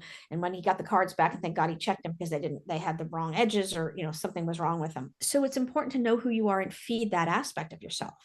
Let's go back to the movie if we can for a minute. Oh, sure. Gary says curses only have power when you believe in them, and I don't. Mm-hmm. And he says, I wished for you too. I know. And tears. Yeah. Right. And so when he was a little boy, presumably, we don't know, at some point in his life, he wished for her. He held enough self-esteem. Remember, we attract what we hold, like attracts like. So she's holding enough self-esteem to do that spell when she's a child. Well, at some point in his life, he's holding enough self-esteem to wish for her. And there's the synergy, right? There's the connection. And he's got to sort out his professional choices. And so he's wise enough. He has enough self-esteem to go, I got to get out of here. I'm going to give them advice. Go get an attorney. And then I got to sort me out first. You've always got to get in right relationship with you first before you can be in right relationship with somebody else. Mm-hmm. He's wise enough. He has enough self-esteem now at his age, whatever that is, to go, okay, I got to go get right with me first. Then I'm going to sort out this case, for the highest order here. It was clear from what Jimmy did to him in the Owens house that this was a dude who was intent on harm. He was trying to kill Gary, and he had already killed the other woman. So Gary knew that Jimmy had perpetrated a crime against Jillian and or Sally. And so he sat back and said, okay, what's the highest order here? It isn't putting Sally and Jillian in jail. Once he can reconcile that, he's holding his self-esteem. He told himself the truth, that that guy was dead and at their hands, and rightfully so, under self-defense. So you see, when you tell yourself the truth and you build your self-esteem, you can navigate waters. You can navigate rough waters. And he did that. Yeah. He knew right off the bat they were lying. Yeah. Yeah, because he's good at his job. But they're terrible liars. Like his car is in your front yard. Yeah. But you're absolutely right. I don't think I've ever thought of it that way, of him stepping back. Like, I need you guys to figure this out because my job requires me to make the right choices. I don't want you to go to jail either, but you're not taking the right steps because you didn't really make the right choice to go to the authorities in the first place. So now we're here. So figure yourselves out. I'm going to be back there doing my thing. And isn't that what the aunt said? I wrote it down when she said, blah, blah, blah, we're going away. When the I think it was Antonia, little Antonia, she was like, the aunts have a message, clean up your own mess. Yes. Yeah. Yeah. And so now Sally's got the truth now from two sources. So what happens? She's now she's lying to herself, and she's pissed off with herself because she knows she's lying to herself. She feels badly about herself. That's called low self-esteem. Okay. So now she's got her little children relaying the wisdom of, you made the mess, clean it up, which also came from her aunt. So she's getting it from her daughters, her aunts, and the dude. Mm-hmm. That's a lot of truth coming at you. In that space, she says, okay, I've got to up my truth with myself, and then I can make things right. Isn't it interesting that if you put enough truth to somebody, will they hear it? And it fascinating. So now take that and let's parlay that to the women of the town who show up. Now, where does this come from? Because these women have been yelling, witch, witch, witch. They've been harassing them, although they're buying Sally's products at the store because she's clearly in business. Mm-hmm. So how do you ladies factor that in? What changed those? Why were those women motivated to show up for that event? Because Sally was finally able to declare what she was. She owned her title. She owned the I'm a witch. Like, that's when she stepped into her power. Totally. So when she claimed her truth, the other women said, okay, I can honor that, because they knew she wasn't a threat to them. She lived in the town. She'd been around the kids. She owns a store. She pays taxes, right? She clearly wasn't a threat to them. This wasn't an outsider saying that. This was one of their own. Right. So isn't that interesting? When she stopped lying to herself, she now had allies. Exactly. What episode was that? We had a whole, it was episode 9. I'm a witch, like reclaiming that power. And they were all, we talked about them all playing this game in town. That's their role. Sally's this victim that we are going to target together, even though separately in their secret lives, these women are showing up at the aunt's house for help. And once Sally stopped playing that game and started being her true self, they were like, okay, we're out. You got us. And they started also coming together. Right. Because, what is quote unquote being a witch? I would say it's mastering your energy, right? It's taking responsibility for how you show up, and a deep and abiding relationship with the natural world. Well, come on, people, you all eat vegetables and you breathe the air. So everybody has a relationship with the natural world. They're simply in denial of it. All pharmaceutical drugs are made from plants as an original molecular structure. Then they're modified, right? Aspirin came from willow bark. Yeah. Now, they changed the molecular structure, but that was the basis. Right. So the pharmaceutical industry came up with nothing on their own, let's be clear, right? They take something and then they work it and create something from that. But the original basis of it is nature. So when Sally stands on the truth of who she is, the other women are like, okay, we got nothing to push against anymore, right? And they are able to claim a tiny piece of their self-esteem that says, I have mastery over my energy. And in language terms, you could call that being a witch. Yeah. I love that. Mastering your own energy. So the women are like, yeah, I'd like to master my own energy, right? I do that. And they're willing to show up. I also believe it's because she told them the story that Jillian had a bad experience with a man. And they connected to that, I'm sure. All those women could understand the oppression at the hands of male domination, which has been running the world for eons, a long time. And so it was their desire to stand in some more power and say, we will not be oppressed anymore. It's scary to do it on your own. It is. And having that sisterhood is something different. All the townspeople do it, or that tree group, then you can't be harassed by the lady who was standing next to you, because you're like, no, you were there too. So you don't crap. And isn't it interesting how well they took to it? Yeah. Oh, yeah. They were all sharing their little magical synchronicities they've experienced over their lives. And because when you get into a space where energy is moving like that for real life, it's serious, right? And so they did a good job of saying, hey, Sally built a new relationship with herself. Through that, she could build a new relationship with Jillian. She gave Jillian enough strength and the blood connection at the end to help her help her come home to herself. And then she built a new relationship with the town. Yeah. It had to start when she said, that's it, right? And it goes back to, she told herself the truth and she built up her self-esteem. And from that place, everything else changed. Totally.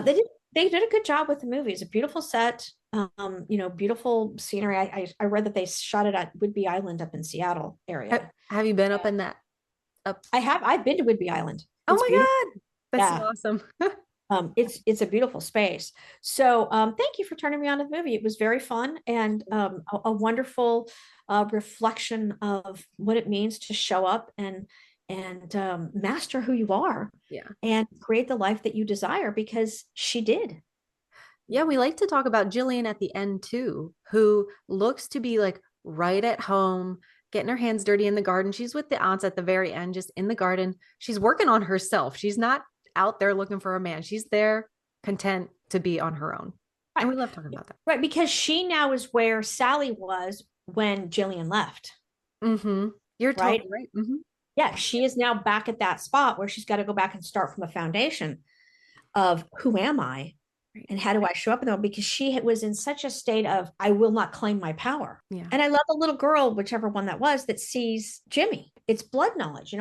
It's interesting because Our ancestral patterning comes down the line, all of it. The color of your hair, the length of your arm, the shape of your face, and also the emotional patterning and the unfinished emotional business gets encoded in us at conception and then gets really reinforced on the maternal side through gestation. So you'll pick up the emotional patterning of your mother in utero. Yes. Whatever she's feeling. I have had a client who just tremendous sadness from the beginning of life.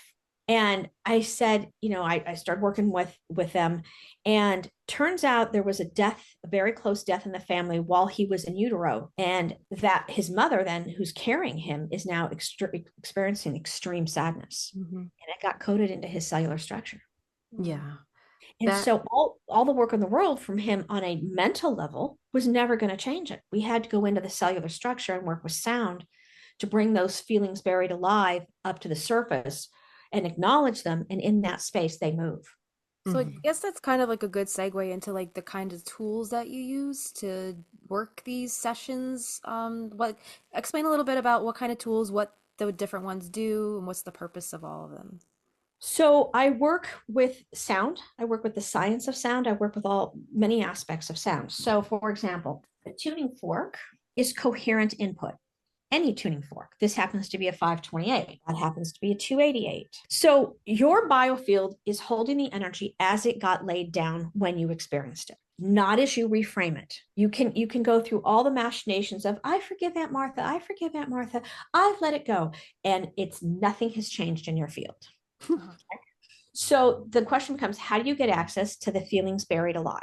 So sound is a great tool for accessing unconscious energy. It requires you to be very, very present. So when I strike a tuning fork in your field, I am very focused with intention.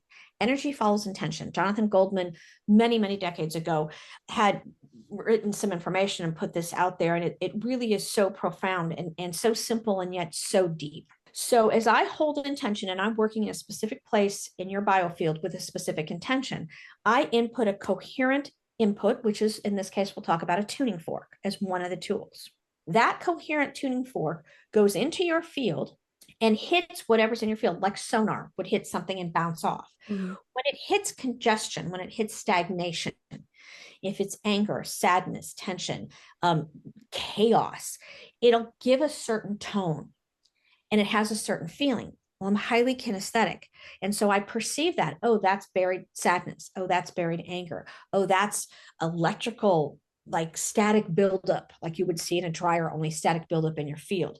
Wi-Fi signals, all the technology we use creates a lot of electro EMF energy in our fields, which is very, very damaging and creates chaos. So as that fork hits that, I perceive it. I'll start toning to match that frequency. Okay, if it's sadness, I might be like,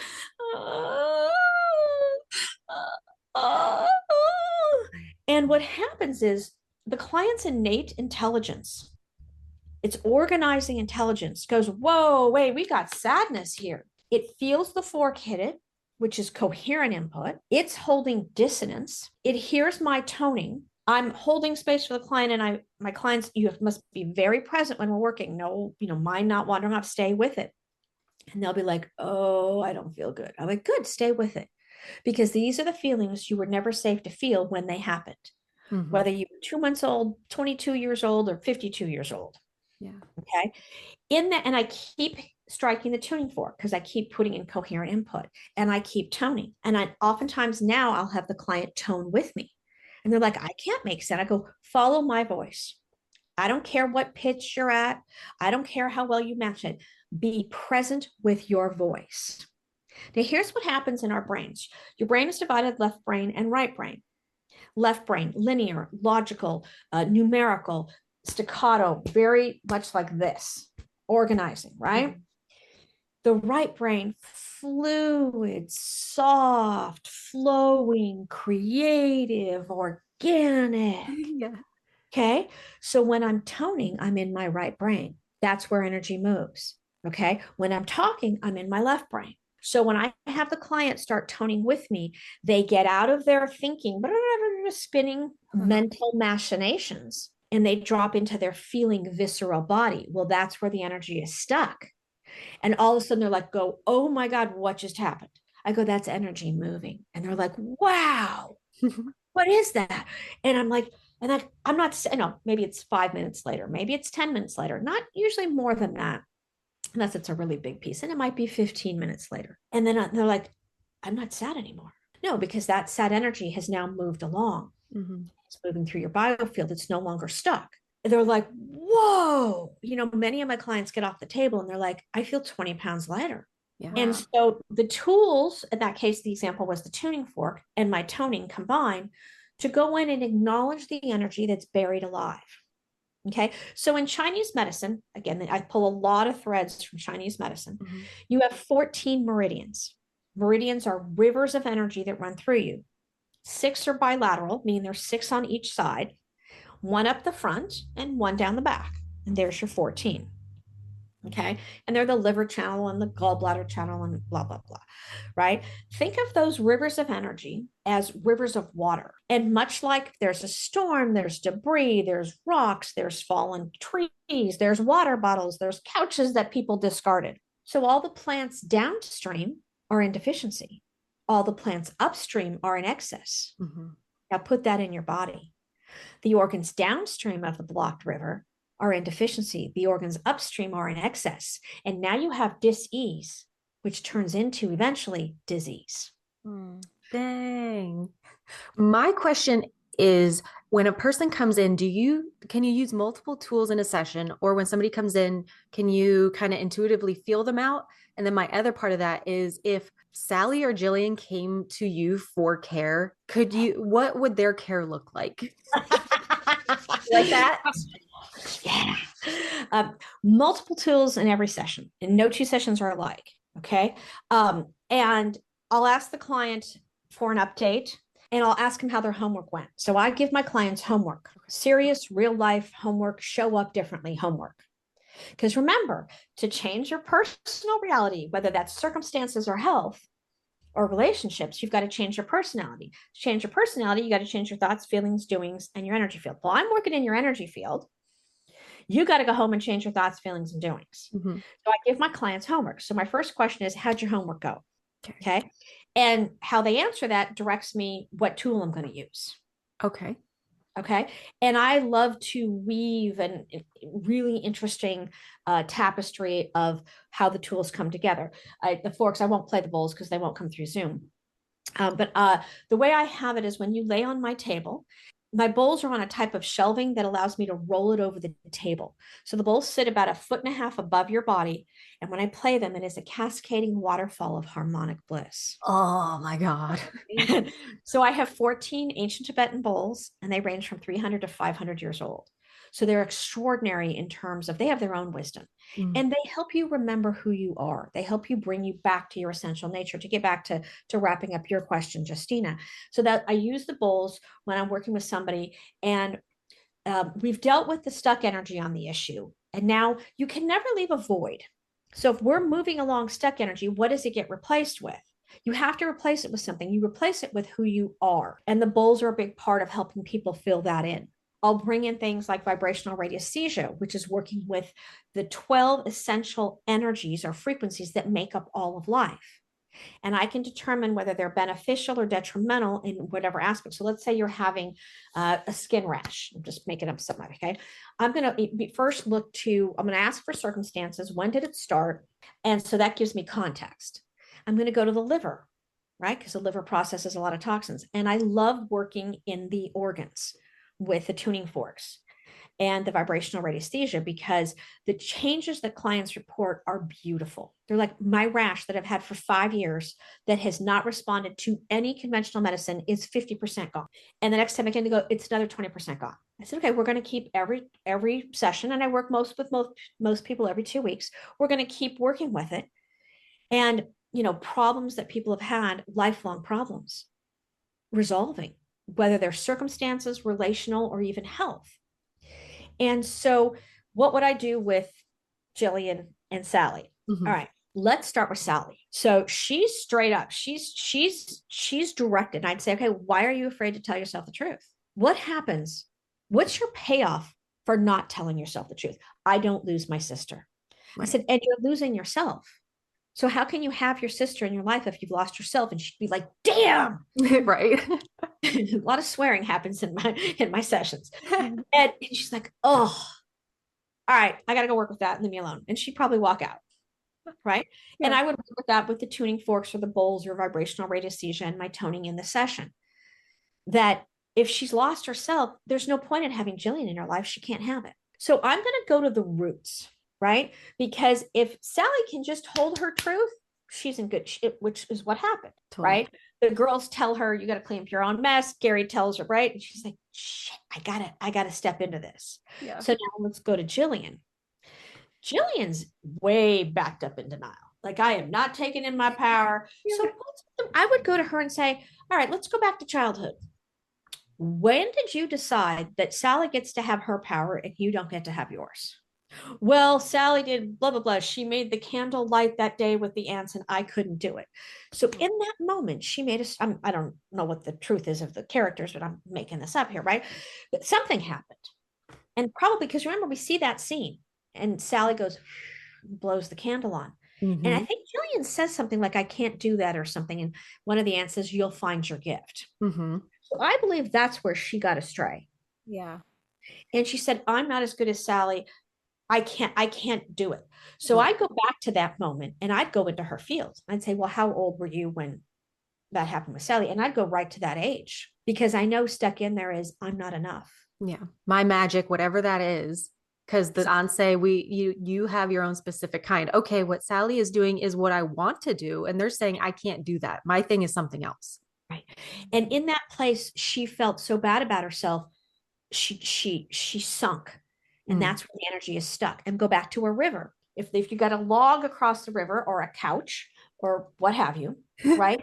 The whole organism suffers. Deficiency. Where's my camera here? Deficiency and excess if you've got the break here. Mm-hmm. So that's how I would work with Jillian. I would take it back. I'm always looking for the root of the issue. I find it incredibly satisfying to really get that root out because it changes the game. And I watch clients who are like, I can't tone. I'm like, okay, that's nice. Make sound. No, I can't do it. Yeah, that's nice. Do it anyway. I think we did some of that in at the room. Right. I was like, I'm going to get in trouble, but let's do it. Watching people understand how good it feels to make sound. Forget words. I'm not convinced this whole dyslexia title you got going on over there, lady. We'll talk. Okay. Story you've got packed around some stuck energy. Helping people understand that their biography is their biology, right? Somebody says, I got a problem with my left foot. I said, really?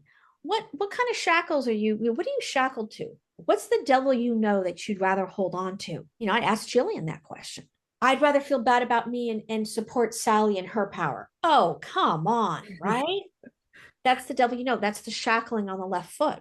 So people who are holding on to really long-standing and very hurtful patterning will have a lot of problems with their left foot oftentimes, or their left knee. That's funny. My left knee since September has been, I don't know what's wrong with it. What's you shackled to? That job, that 9 to 5? Probably. It's, and it's interesting because when you can talk to your body, I have clients now who will come in and go, okay, my left knee, my right shoulder, I'm like, good. Because they already know, they go, okay, what does this mean? Because they're figuring it out. Speaking and not being heard, the right shoulder, not speaking for your desires and standing in your truth and holding so much sadness is often left shoulder. And so what's cool is you start to play with the biofield and you can understand somebody's life and you can understand your own life by the patterns in your physiology and the patterns that have been in the line. Earlier, I mentioned the word wants and needs, and people use them all the time. What I have found is that when we use, words have power, we all know that. And when you say the word want or need, you're actually agitating and aggravating the stuck energy in your field. Want so much that is unfulfilled. Chronic disappointment and sadness sit in the left hip and frustration. Whereas overdoing, overworking, saying yes when we mean no, the inner critic, the outer critic sits in the right hip. Every time I want, I need, you're aggravating and agitating the stuck energy without any beneficial effect. Got it. So I encourage my clients to give up those words. I desire, I choose. Choice is power. How do you stand in your essential nature? Come home to yourself. You start making choices from consciousness. Yeah. That's what Sally did in the movie. That's it. I'm telling you, Julia's like, no, don't say that. And she's like, I've had it. This is not working, right? Yeah. She made a conscious choice. So it's about conscious choice that changes the game, not about wanting or needing. And remember, the universe responds to who you are being, not to what you want. The universe responds to who you are being, the energy you are holding, not to who you want, not to what you want or what you need. And remember, who you are being is 95% unconscious. Okay, now wait a second here. If you know that, then the recipe is clear. Go get conscious about what is unconscious. It doesn't sound easy. Yeah. It sounds really hard. It can be very hard. Yeah. And surprisingly, sometimes it can be very easy when you get out of your own way. Sometimes it takes therapy.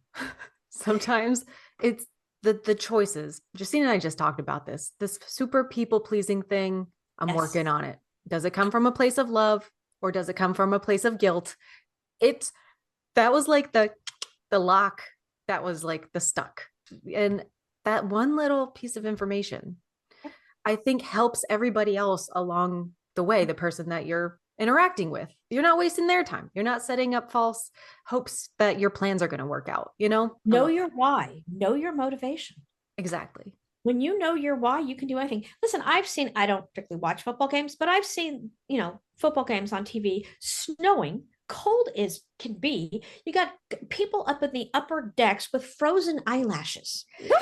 Could not pay me to sit there with frozen eyelashes watching a football game. However, those people, for whatever reason, are motivated. Good for them. They know their why and they're happy. Yeah. Yeah. Knowing your why can really take you a long way to your fulfillment and your ability to consciously create choice instead of unconsciously being motivated by the stuck energy of guilt. So the term internal alchemy.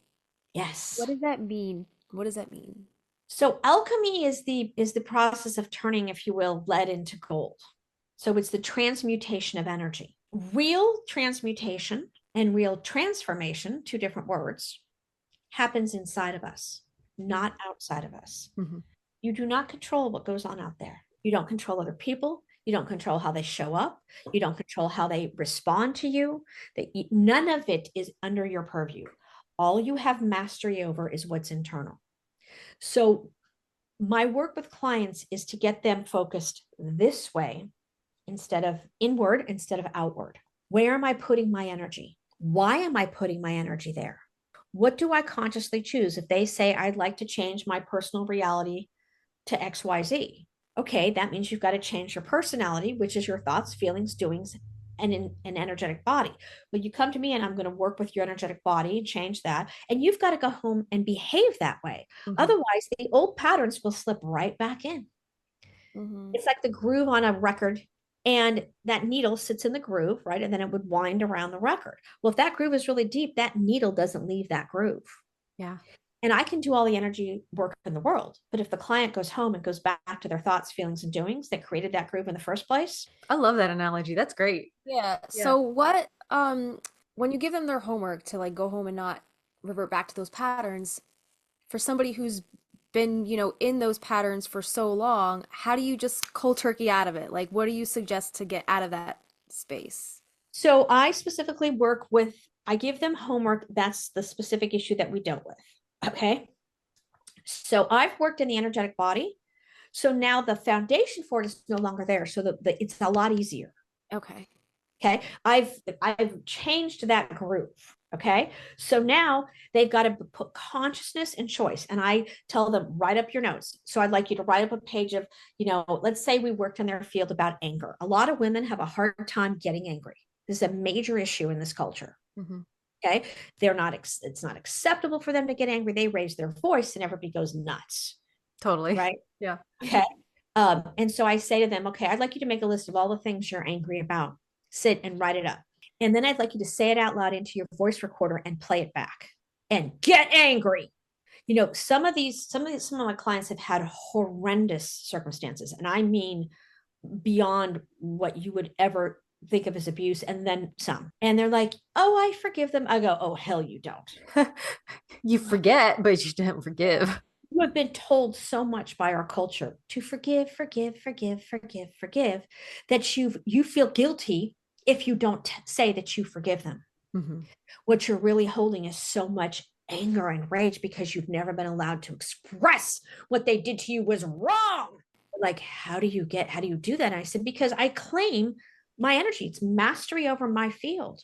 We are so heavily influenced by cultural scripting. You know, there's a lot of noise out there in the, shall we say, self-help arena, or the spiritual world, that says, oh, you know, these people who did these horrible things, XYZ things to you, they didn't know any better, so they didn't do any better. Can you forgive them? If they knew better, they would have done there. And I have 2 points to make on this subject. First of all, they knew better. Do not tell me somebody who physically, sexually, emotionally abuses somebody else didn't know better. Right. Damn well knew better. So stop making excuses for bad behavior. That's number one. Right. And I have clients that go, thank you. They literally start crying when I say that, because they're like, you're the first person. I go, come on, what is this notion? And here's the other issue with this. If you're focused on them, they didn't know any better, so they couldn't do any better, I forgive them. Who are you focused on? Them. When your job is to focus on you, feelings get laid down in your field as you experience them. So that abuse, whatever context it was, is in your field. If you're saying you forgive them, you're not dealing with the pain in your own field. Your energy is all focused on them. And that's what our culture teaches. Focus on the other people, forgive them. They didn't know what they were. Yes, they knew what they were doing. Put that little band-aid on that massive wound and ignore it. Right. And so a lot of what I work with is people who have had such difficult circumstances. In all contexts. I mean, you would be blown away at some of the stories I've heard. The horrendous treatment of human beings to each other, and say, listen, that pain is still in your field. Let's deal with that. I don't care about them. I don't care whether you quote unquote forgive them or not forgive them. The issue is, can you forgive the pain that you're holding? Mm-hmm.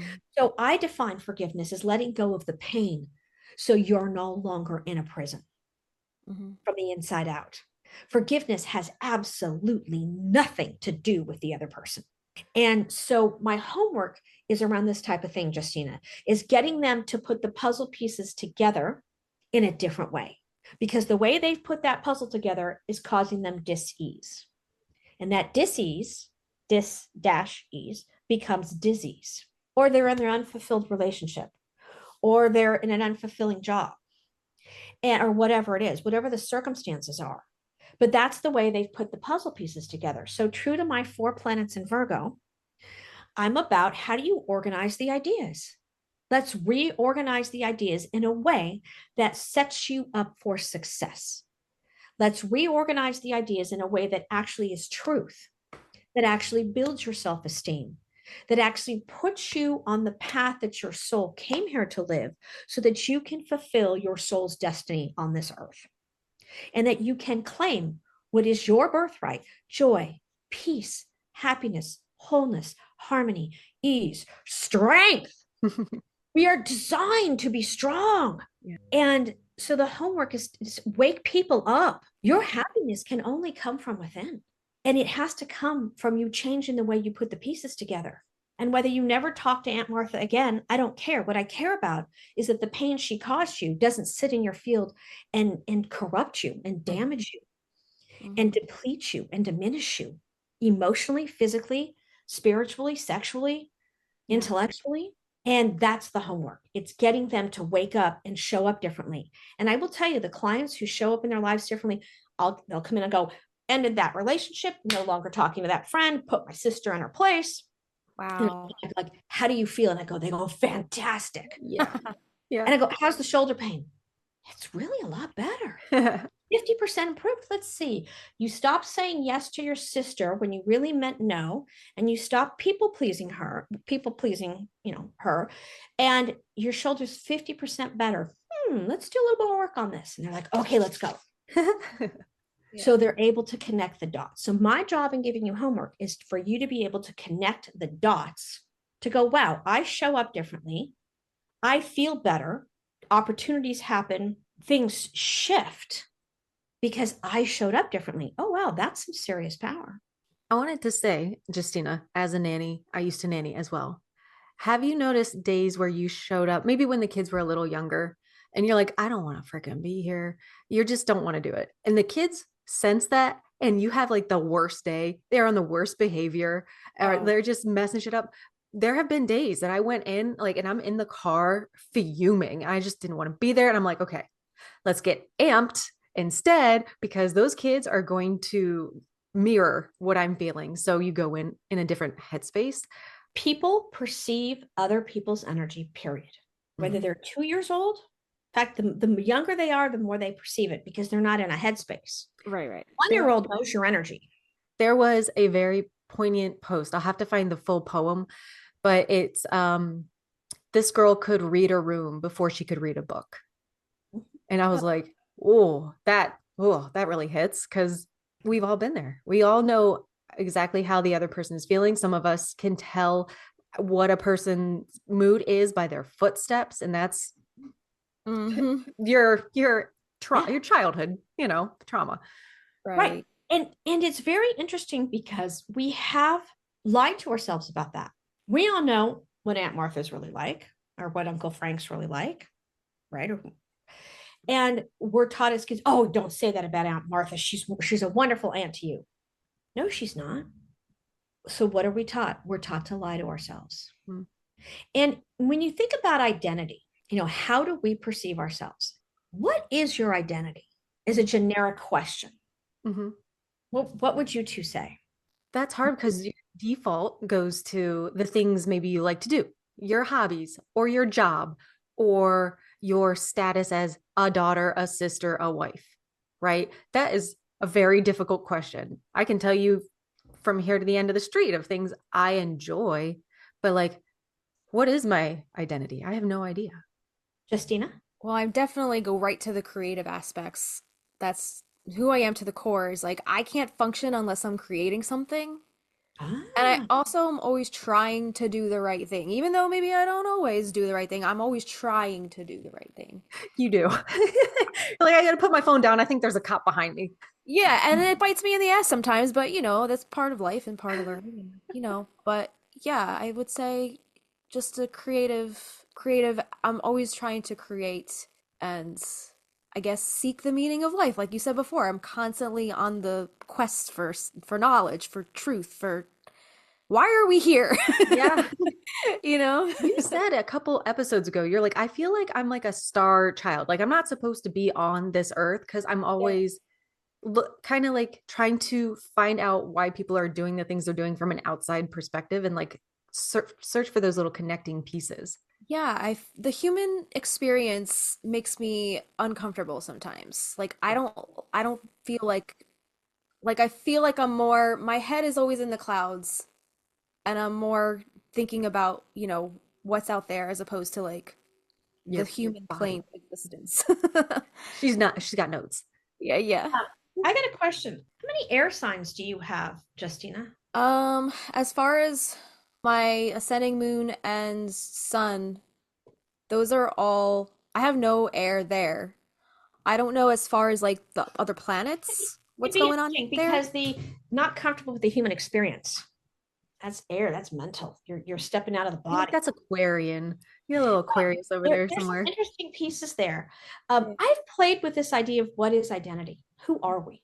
Yeah. Because I work with all my clients on self-esteem.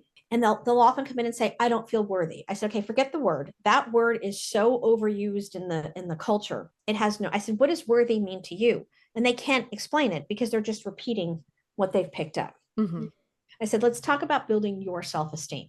And I will actually go through and I'll make a list with each client, what what are 21 things that would build your self-esteem? And I ascribe them, one of their homeworks to answer that other question in a different way is they'll do each one of those every day for 21 days. They'll talk to themselves, they'll focus on it because they've got to build the muscle. It's a spiritual gym, right? Mhm. What does having good self-esteem look like in terms of thoughts, feelings, and doings? Right. So I've played with this idea of identity because it's very much tied to self-esteem. And I've concluded, at least thus far, our identity are our feelings. We are our thoughts and feelings. That's who we are. Hmm. Our identity changes as we change those thoughts and feelings. Because if you're 5 years old, how do you define yourself? You define yourself by how you feel. You define yourself by what you think. Well, that's an interesting idea. I start playing with what if that's identity and you change your thoughts and your feelings and you're no longer focused on Aunt Martha, you're focused on your pain and letting go of your pain. You change your entire experience of life. So that's how I've worked with the idea of identity and self-esteem. And I encourage you both to play with it because what happens when you can change your identity on a dime. Ooh. Well, when that happens, your whole experience in the 3D world changes because you're putting out different energy. And by the laws of physics, for which no one is an exception. And sometimes there's a time lag because you got the 3D world, right? And you got the 5D world. Well, in between is the 4D world, which is called the fourth dimension is time. So sometimes the 5D collapsing down into the 4D, into the 3D can take what? Time. I'm such an impatient person. Yeah. um, and see, as soon as you say that, there's a couple places in your biofield I'd love to go work. Immediately, that just triggered for me. Oh my God. I would love to sit down with you. There's so much. And I work, 80% of my clients are remote. Oh, wow. Okay. So, which means, we're on the phone and you're on my table energetically because your energy, you exist in the ethers. And when you give me permission to work in your field, I can track in your field and work in it. And some of my favorite testimonials on the website are when clients are like, I have no idea how she did this. I can feel things change when we're on the phone. I don't get it. I don't understand it. She's explained it 5 times. And, I don't get how my TV works. Like, I know there's little people back there. So, part of stepping into who we are is knowing what feels good, knowing what makes us stronger, knowing what brings us peace, and telling ourselves the truth. I have a question. Is this the same thing? I used to work with like a pop pantheon, and I do struggle with self-confidence. These individual things, and there are characters that I would be like, okay, well, I'm going into this situation. I desire to feel witty, intelligent. I'm going to channel this character. Is that kind of on the same level? Because sometimes I'll do that if I'm needing to feel brave and tough.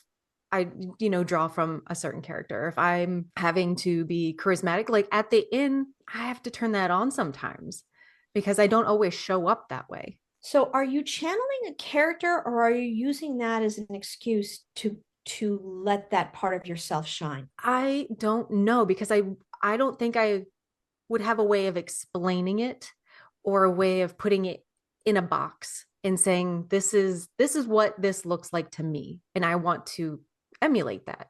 So if you're desiring to show up in a situation and be brave, why do you choose not to draw on your own bravery from your own spirit? I don't know. Yeah, you do. No. You know. And, no. Go back. You do know. Why do you choose not to draw on the bravery from your own spirit? I know I've done it before. I know if I've done this thing before, I can do it again. It was not a big deal. But if I'm going in blind, I will do the overthinking. I will do the different scenarios. And then that comes back to I can't control anybody else. I have to reevaluate. I have to only control me when I get there. So is part of this maybe you pull in a character that you're going to draw from because you'd like to hold the essence of, we'll say, bravery, and yet you're not fully stepping into that self-esteem. So you take a half a step, Half a little baby step. a half a step of self-esteem, and the other half you're going to pull from a character. So now I'm going to tell you. Okay? And I'm going to tell you now, here's some homework if you choose to, here's your mission if you choose to accept it, is go, okay, I have whatever qualities you're drawing from the character. We'll call them X, Y, Z. Mm-hmm. I have those in me. That is my essence. That is my spirit. I got this. I can draw from that and show up that way. I will try. See, no. There's no trying. This is Yoda here. This is I will practice. You will experience it. Yeah. You're going to do it and experience it and notice the outcome. Okay. Good. Great. Turns out, I did really well with X and Y. I could really bring that from my spirit. Boy, Z, I couldn't do. Woof, that did not work out well. So now you're starting to master your energy. Mm-hmm. X, Y, and Z are well on their way to being part of your everyday functioning. Z needs some work. Z needs some work. Okay. Right. So you go, okay, what other situation? Oh, I know. I'm going to call Justina and hold Z and see, because she's safe. Mm-hmm. I'm going to talk through a scenario, and I'm going to muster up what I can of Z quality from my spirit. And it's okay with Justina because it's just you and her on the phone and you're safe. And you're going to go, okay, I got a little bit better. Mm-hmm. Okay, so now when I'm in public, okay, I can pull a little more from my spirit. And so maybe you bring in the character for Z quality for 1 or 2 more times, right? And then you go, I got Z. It's been 2 months. I got it. Now you've mastered you. Now you've built self-esteem. It's a good option when you can't draw, not that word. When you choose not to draw from yourself for whatever reason, not a pretty good strategy, actually. Okay. You're acting, you're channeling, you're pulling in energy from a different resource. Mm-hmm. Great way to go, in terms of dealing with situations in some cases. It's like you're in the baby pool. You Yeah. graduate to that Olympic size pool.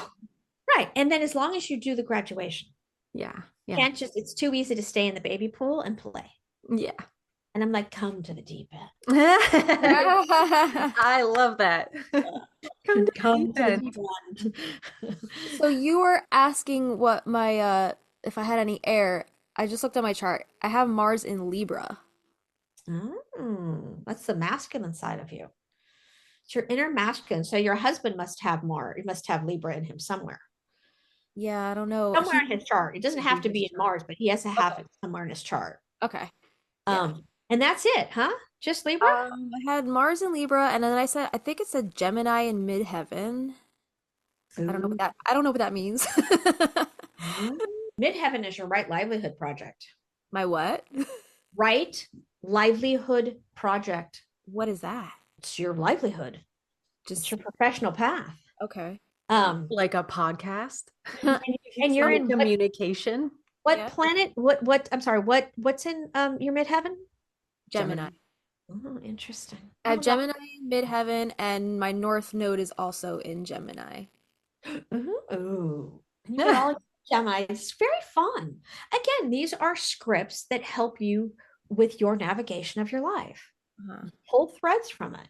Pull threads from the numerology. Weave them together and create a tapestry that's your personal magic carpet, and let it take you through a life of joy and happiness and strength and peace and challenge and struggle and victory and defeat, and rise up in the spirit that you are in this body that you've chosen. And keep making that magic carpet bigger. Take threads out, put threads in. Oh, I like that. Let it be your own personal transportation through a life, so that when you do leave this body that you have, and you get back to the other side, and you go over your life review with your guides and angels, which is what happens, they go, yes, check, check, check. Or they go, okay, you had some challenges here. We love what you did with this. To me, a life well lived is that you said yes, and you learned who you were, and you mastered yourself, and you sought out the fullness of your destiny, and you risked it. I've never heard of anybody going to their grave saying, gosh, I really, really wish I hadn't taken all of those chances, and really wish I hadn't explored who I was. Oh, everybody loves the exploration, because when you're in the spirit world, you have your mind, your thoughts. You don't have the body, which holds the feelings. Thoughts are the language of the mind. Feelings are the language of the body. And it's the feelings that really cause so much challenge, because the energy of emotions are energy in motion. which is why when they get stuck, it causes so many problems. Right. So you have this body for this extraordinary opportunity to grow your soul and to grow the destiny and to learn who you are as energy and then hold that in the body.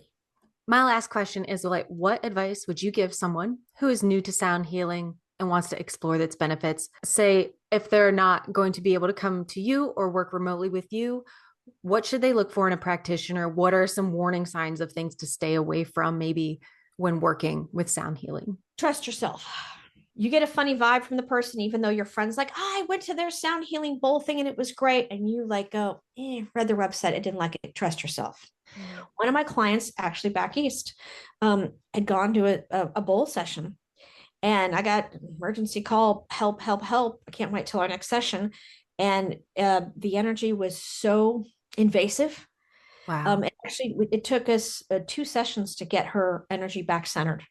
Wow. Okay. Because your job is to stay centered in your central channel.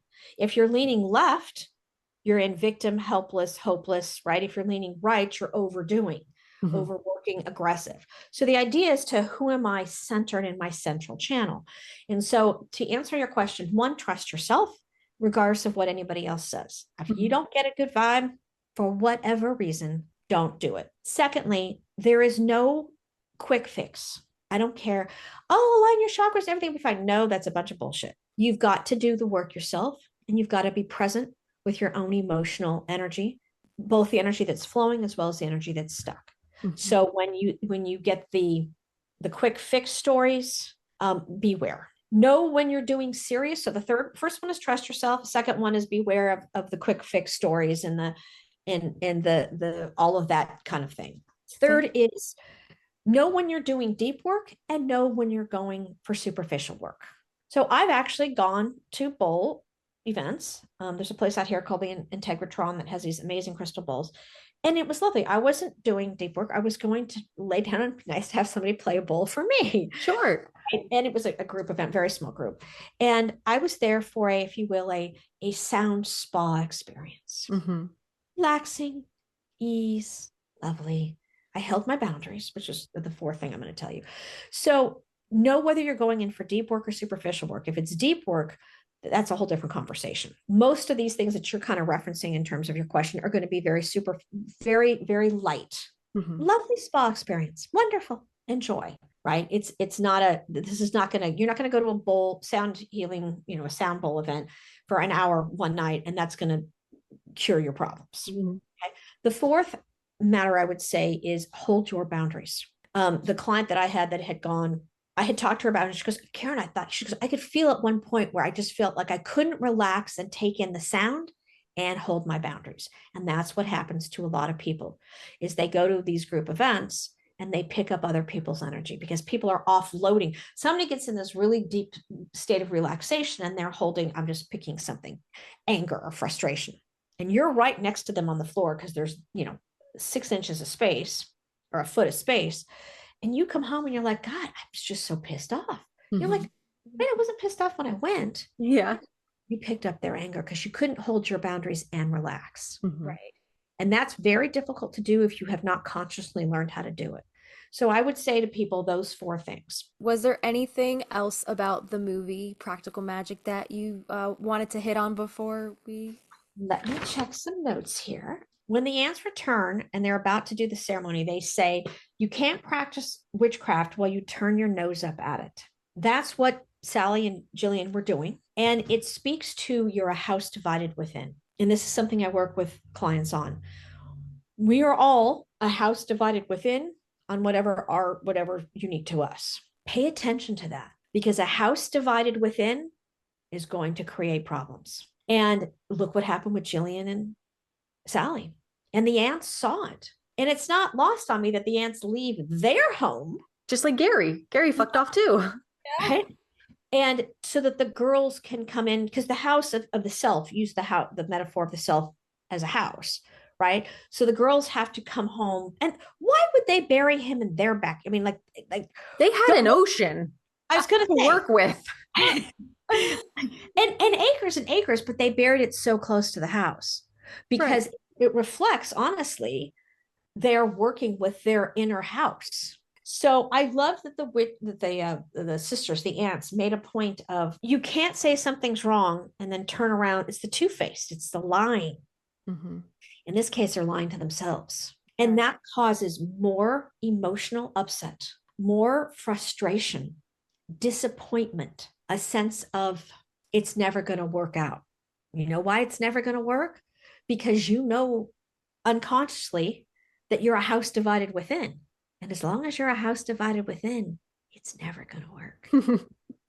So I felt that the movie did a really good job of making that point. They do it in the beginning, you know, when they're walking down the street. Oh, he's sleeping with the babysitter and she's right. And yet they're judging everybody else for what they look like.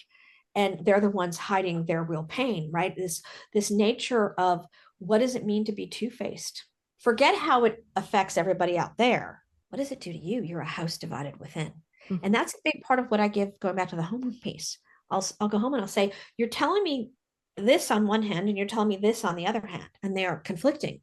You are a house divided within. You are at war with yourself. You are in conflict with yourself. This is not Aunt Martha. This is not Uncle Frank. This is not this. It is not anything outside of you.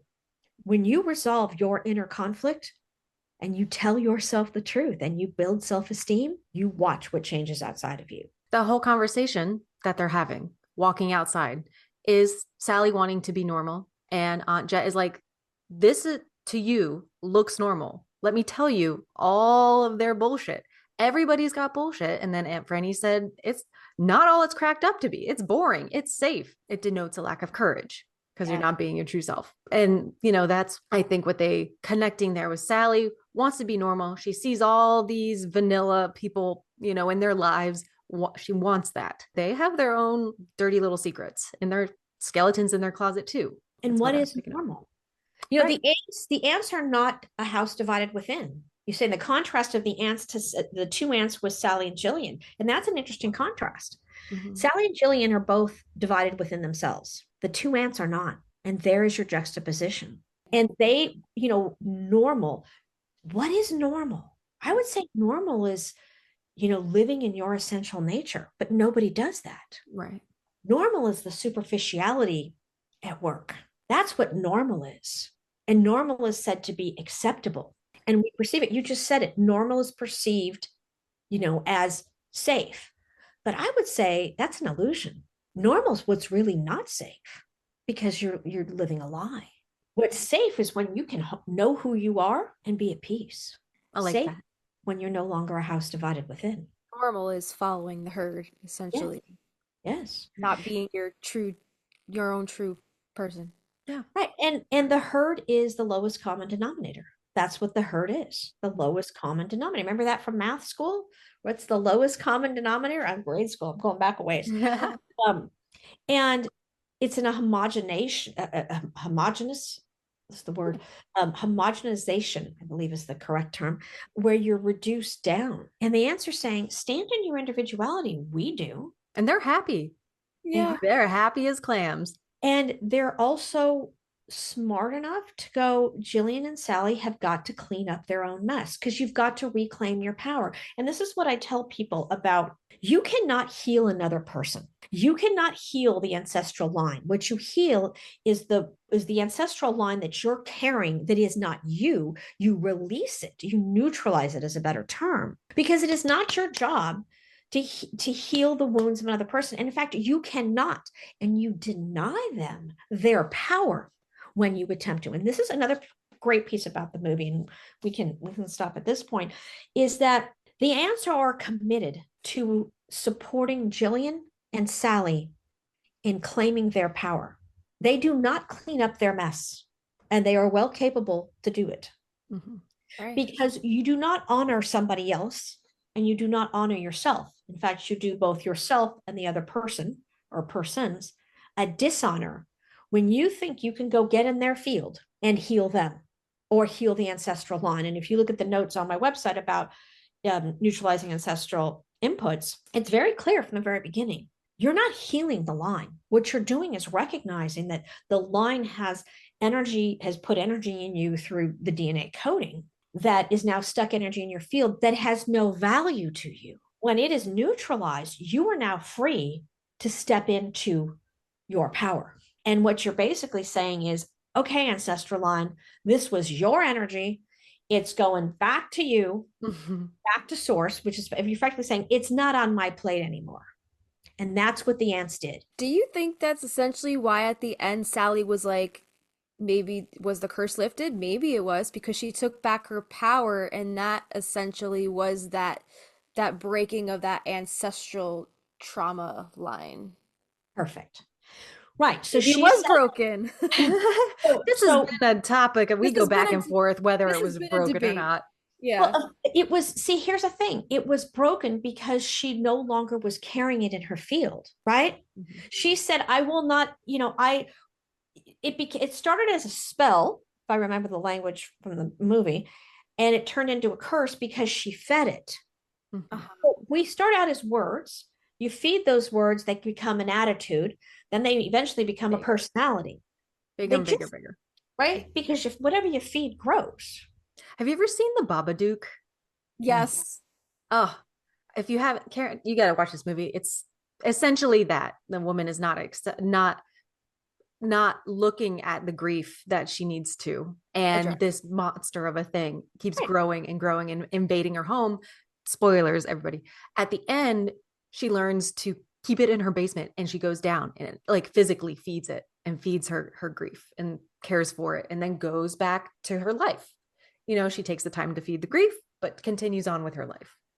And she could stop feeding the grief at some point if she chose to. Exactly. Yeah. Yeah. And so that's a really poignant point, Justina, that at the end of this movie, she's like, wait, I don't have to carry this in me. She didn't heal Maria. Mm. She didn't change Maria's life. Mhm. What she changed was the energy she stands in and lives in. And by future generations watching her, now her daughters go, oh, look at mom changed. Mhm. Mom was doing this here. Those girls knew what was going on in that house. Oh And those yeah. made sure those girls were protected, the ropes, the protection ropes. So Yeah. they were responsible. Because remember, responsible is the ability to respond. It isn't that interesting. The ants were responsible. They had the ability to respond and protect the little girls, and they did. When Sally finally took the lead and was like, okay, I get to have love and he gets to live. I am not carrying the burdens of the maternal line that started with Maria anymore. They are not my issue. And that's my point that I make, on the information on the website, and then I make with clients. Great great grandma's choices and the consequences of those choices are not yours to bear. You got to go in and get conscious of them and change the unconscious programming. But those girls were programmed by the ants, and the ants made peace with it. Okay, that was their choice. But they're not in conflict, right? Sally was in conflict. Jillian was in conflict. They were a house divided within. So yes, she broke the patterning. I could rephrase it this way. She neutralized the ancestral input that came from Maria, as did Jillian. We don't see Jillian's eventual growth because she's now back where Sally was when Sally was doing the gardening in the beginning when Jillian left. Yeah. Right. So yes, she neutralized those inputs. So whether it's broken or unbroken, I would use different language. She neutralized them. They no longer have a charge in her physiology. And in that place, she set herself free. She let herself out of prison. Because really, these unconscious debilitating imprints that come from our ancestors and from our own choices in life are a prison, a self-imposed prison. And it's not lost on me that Gary doesn't put her in prison and she chooses to let herself out of prison. Yeah, wow. I never even thought about that. Yeah, he doesn't put her in prison, which he probably should have, but she put herself in her own mental prison Yeah. Until of she freed herself. She had her to own free herself. feelings. Yeah, that makes perfect sense. And that's what the work is that I do with people, is to let yourself out of your prisons. Yeah, And we're really in a prison of our own making. ain't that the truth? If we choose to stay there. And I Yeah. say, let yourself out. You've got the keys, you stick them in the lock and you open the door. And the thing is that who are you when you're not in that prison anymore? And that's the point, is that our identity is tied to being in that prison, albeit unconscious. It's It's kind of like Stockholm syndrome a little bit. Like you get so used to being your own captor Mm-hmm. that you feel comfortable with it, that you feel so much discomfort breaking free from that, and it's scary. And I like I'm kind of going through that right now, like trying to like forge a new career path and like trying to figure out where my footing is. And like I've been having the worst stomach issues for the past 2 weeks because I've been so discomfort. I feel so much discomfort over it. Right. So And it's the animals that they've rescued from circuses and other horrible situations. And there's many stories. There's the story of the bear they took that was in a home and in a cage and being abused. It was in this 10 by 10 cage. They take it to a zoo. It's got 2 acres to run. They're so excited. They open the cage. The bear doesn't leave Yeah, it's a because it's safe all the space. bear knows. So Mm-hmm. they force the bear out of the cage and they figure we'll give it a couple days. It'll start wandering.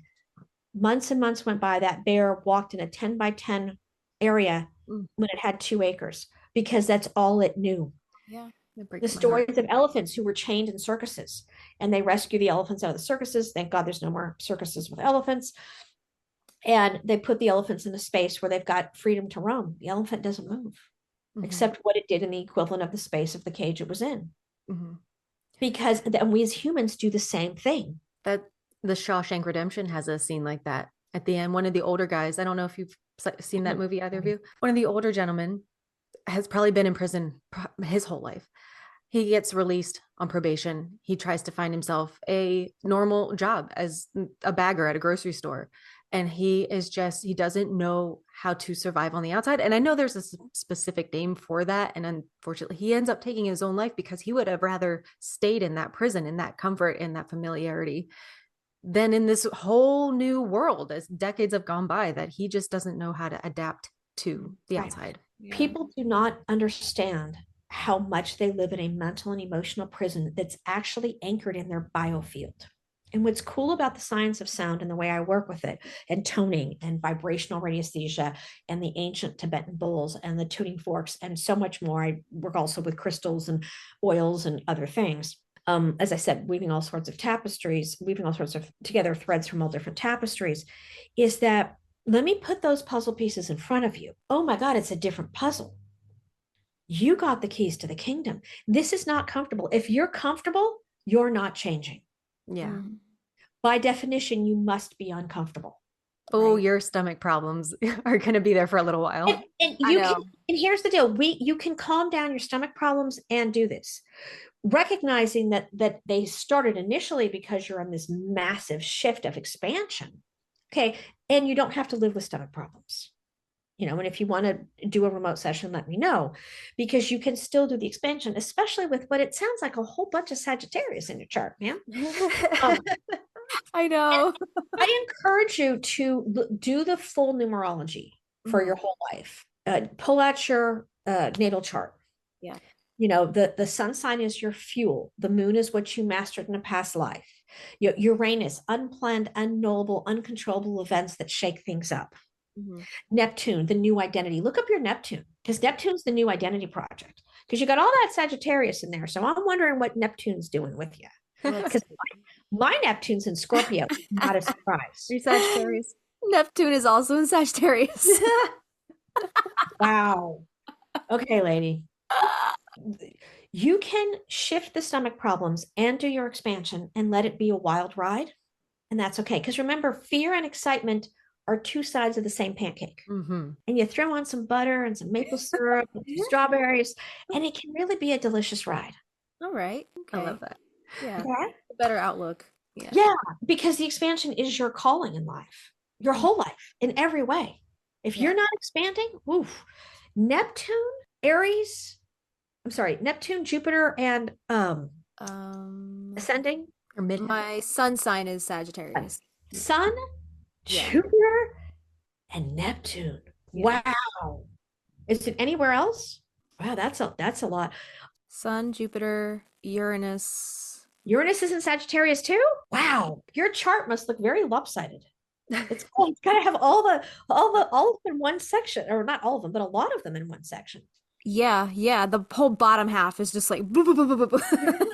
Top half is like most. It's interesting. It's very bottom heavy. You should Um, get yours done. You I should don't really have somebody much read it. going on in like the left and right sides. There's a couple things in the interesting. 10th house, ninth house, 7th house. And then like first house, second house, third house, and fourth house, it's like blah, just vomit. Yeah. What's interesting is that I've noticed with people who have a lot in one house and concentrations, either in one house or in like fire or in like air or water, the challenges can be more pronounced because you've really got to take things to a different level. Yeah. So your Sagittarius is really heavy in there, which is why I'm going to send those pages.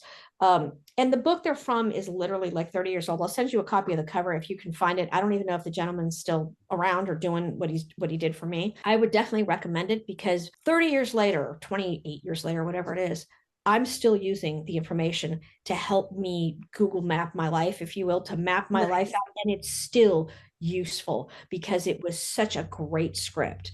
So I'll send that information to Christina. All right, And, cool. That you would know, be awesome. go for it. Really, really get excited that you got a body to play with. Okay, stomach. All right, what are we doing? All right, we're going on right now. We're going on a magic carpet ride. We're okay. We got this. That Right. sounds fun. Magic carpet ride. That sounds like You're on a fun. magic carpet ride. If you approach it from that perspective, it helps because it's what you feed. So I would have one last question for you two before we go here. Tell me about your music. All right. Well, Christina actually brought the idea to the table to me. Like we had been internet acquaintances for quite a while, and then was it 2022, like the winter of 20, like beginning of 2022, she reached out to me via text and was like, "Hey, I listened to some of your original music because I had just posted something about my original music, which I had not done for a good like decade. I shut music in a drawer, kind of put it away. And then my dad got me a gift. He like pressed some of my earliest songs to vinyl and I posted it to Instagram. Christina saw it. I guess that inspired her. She reached out to me, was like, "Hey, I love your original music. I have this idea. We both love practical magic. I think we should write some songs based around the whole world." And we just it ignited a Like a spark gun shot that just like out of the gate. I had not written that many songs in that short amount of time, and I had not even written any songs for like probably the past 10 years. And then out of nowhere, it was like we had 20 songs in like a month and a half, and it was crazy how it all just kind of snowballed. And now we've like just finished recording our first studio release, and Yay. we're getting that going, getting that underway. So I mean, it's really kind of taken on a life of its own. It's insane how it happened. I think air and fire in this situation is freaking awesome because I say all the time, like, this was kind of like a selfish act. I was like, cool, I'll have some music. I love the story, whatever. And Justina, I probably wouldn't have taken it any further. Manifesting generator and a manifester. I think you really kept the wheels going. And she was like, well, and you saw it on an ad. You saw Plaid Dog recording on some kind of Instagram ad, and Yeah. you sent them our music and they reached back out. And I'm like, the next thing I know, I'm sitting in a studio booth with a mic in front of me. I'm like, how did I get here? you know? And Yeah. since then we've had a lot of cool opportunities. Okay. And I just think it's a really awesome ride. Yeah. Scary, fun, stomach Fun. aches. It is a magic carpet ride. It is fun though. It is a magic carpet ride. Is so you have a whole CD recorded? How much is recorded? We recorded five songs. We recorded one in September for like we did like a crowdfunding campaign. Okay. So that was kind of like the single that kind of fueled the crowdfunding campaign. And then we raised $11,000 to go back to Plaid Dog, and we recorded four more songs. So that's currently in like we're waiting to get some rough mixes back, and then we'll go into mixing and mastering. So we don't have like a planned release date or anything like that, but the whole thing as a whole will be like a 5 song EP release. Yeah. But Yeah. we got 20 more songs we are trying We to got do. a lot more songs. So what's your vision? Do you have it written down as a clear vision for it? What you would like to do with it? I What you have a vision and a note in here with a broad outline, and I'd love to take it to the stage.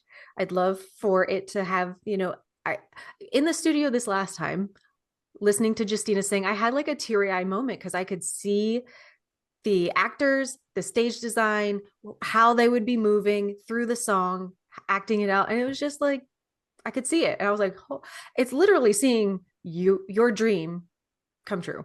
So Right. with this music. I so would is love to take it on the road. Like I want to play and like, play our songs for anybody who loves them, who listens to the podcast, because we do little song episodes where, certain episodes we dive a little deeper into how we wrote the song and, the scene in the movie that inspired the song and all that stuff. Mhm. So you would like to take the music on the road, perform live in venues, Yeah. coffee houses and other places, really cool. And there's lots of those places, around. And Christina, you would like to see it as a play on stage. Yeah. Here's what I encourage you both to do. Write down those visions, because it matters when you write them down. And then you both, I listened to the number 58 Joseph's interview, and you talk about how you love card decks and different things, and you all have some. So I invite you both to write down your respective visions for this music expansion with the inspiration from practical magic, and then to every day do a ceremony to feed it. Oh my goodness. Okay? We're going to Broadway, kids. And I would like to be in the front row because I love theater, by the way. Totally. Awesome. And so, because here's what it is, what we put our energy to grows. Mm-hmm. And the more specific we are with our emotional intention, the clearer it is. Now, we have to be careful about the how, because if you get too specific about the how, you get in the way of the why. Right. So you have to write down the what and the why. And I encourage you to refine it and discern it and get conscious with it. Does this word really reflect that accurately? Ooh, how can I say that better? Okay. Mm-hmm. Leave the how open. That's the critical piece of this. Thought sends the signal out. Feeling draws the event back. Field condenses into matter. Thoughts and feelings, what and why. Leave the how alone. Okay. And here's the key. Every day, I invite you both to feed it in ceremony. Pull a card, run a spread, burn some incense, say a prayer, light a candle, mix it up, different ceremony every day. Cool. I encourage you, if you can, to make it at the same time, because structure helps. I mean, the reason a river flows is because it has banks. If there's no banks, the river can't flow. It just goes flat. So you must give structure to create energy movement. Okay. So it helps to have consistency. If we get up at the same time every day, regardless of what day of the week it is, our body functions better. Find a structure that supports your respective lives. Get creative, pull in that creative energy, which you both have, and feed it with ceremony, prayers, blessings every day, and dance with it. Mm-hmm. We can do that. Yeah. And I am excited to get the updates. Oh, absolutely. Yeah, and I bless you both with Karen, thank you. Extraordinary experience as you venture forth on these personal quests for the expansion of who you are and how you show up in this world, and how you express your passions, and how you're able to touch people and give them the opportunity to stand in their happiness and wholeness through your music and through the plays. And I wish you both wonderful surprises you never saw coming. Oh, thank you, Karen. Thank We so love having you. We had like 15 more questions. I can email them to you if you ever feel like answering them, filling them out. Awesome. If not, not a problem. Yeah. The notes that you took, if you're willing to share those, we'd love to share those with our patrons, the people who help support the podcast. You can't read them. No worries. Place. I will get you that information to pass along. I'm very grateful to both of you. Thank you for the opportunity to share who I am, what I do, and to get to know both of you and express myself in a beautiful platform of freedom and delight and beautiful energy. I'm very grateful to you both. Likewise. Tell everyone where they can find you. You can find me at my website, KarenAwad.com. So KarenAwad.com. And that's the easiest way. And all my information is there. KarenAwad, last letter is D as in dog.com. And thank you both. Awesome. Thank you so much for your time today. It was fascinating learning about everything that you do. And we can't wait to share this with our listeners. Yay! Yes. Thank you so much. My face hurts from smiling. My information is just like bathed in this information I can't wait to share with Yeah. everyone. So thanks again, And like I've Karen. been on the verge of tears this entire time because I'm just like so many You're aha moments, it's just great awesome. stuff. Good stuff. Awesome. Have fun and love to keep in touch, Christina, and let Yes, me know ma'am. how the expansion of this music and this expression through the music in the form of a play evolves, and you have my blessings and my support. Thank you so much. We'll see you. Hope to see you at the inn. Text me anytime. Yes, and you will be seeing me soon. Oh, okay. Oh. We'll have that conversation offline. All right. You, Talk to you you will be soon. seeing me soon. All Bye. right. Bye now. Bye. Wasn't that sweet? She was blowing my mind. I know. I was like seriously on the verge of like she was hitting so many nails on the head. I was just like, oh my, this Oh. woman right now. Do I need to do a session? Do I need to do a session? I think you should get a session with her. That's awesome. So everyone, again, that was Karen Awad, and you can find her at karenawad.com. Go check her out. She has so much more she can cover. We had so many more questions, but I loved everything she touched on. And thanks for coming, hanging out on Magnolia Street this week. She may have maybe put the nail in the coffin on the whole Sally curse. Maybe the curse Maybe. I was thought you were going to say you had a little more clarity on where this job thing is going to go for you, because I was like, whoa, okay. no. That's my own, like she said, my own little magic carpet ride. I'm gonna have to do it, and my stomach doesn't have to feel this way, but we'll see. That's right. I have to get a hold on all that. All right. I really All right. appreciate her insight. If you guys do want to support the podcast on Patreon, you can support us for as little as $1 a month. That's our seedling tier, and that gets you access to our patron-only polls where you get to weigh in on what topics you would like us to talk about next. It also gets you our monthly calendar so you can see what topics we have coming up for the month, and it also gets you a welcome shout out on the show. Our $3 Lavender Bud tier gets you our show notes for each episode in an aesthetically pleasing PDF, our after hours posts, if there's any extra tidbits or behind the scenes info pertaining to any of our episodes, we'll post those along with a blog post or extra photos, and access to our specially curated Spotify playlists. We have created playlists for our WMSR episodes as well as Production Dream playlists for each song episode, and more. Our $5 Lilac tier gets you access to our private Facebook community where we host a monthly live stream. Plus, you'll get access to our Discord server where we host our monthly watch parties.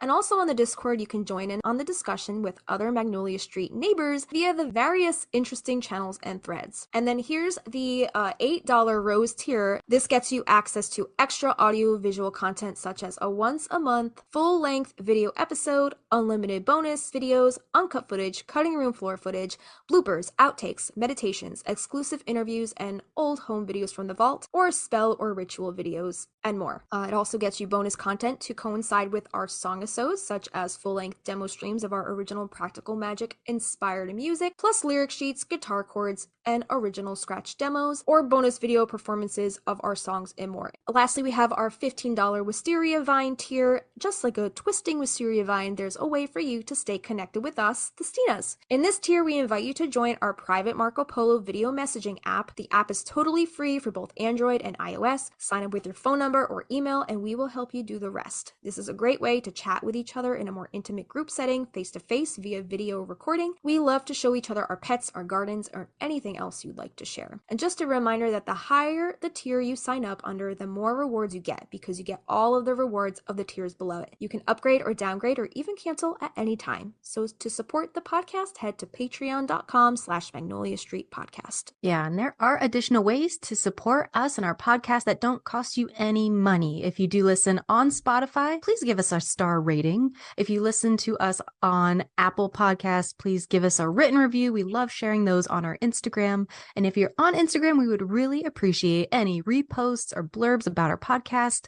And make sure to tag us at Magnolia Street Podcast in your feed, posts, stories, and share us with your Practical Magic loving friends. Yeah, we also have some merch for you guys. If you guys want to check out our Teespring, you can email anything, any comments, questions. If you guys have questions for Karen about anything she talked about today, email them over to us and we can ask her and maybe we'll address it on our next episode. So email us at magnoliastreetpodcast@gmail.com. And you can also find us on Instagram at Magnolia Street Podcast.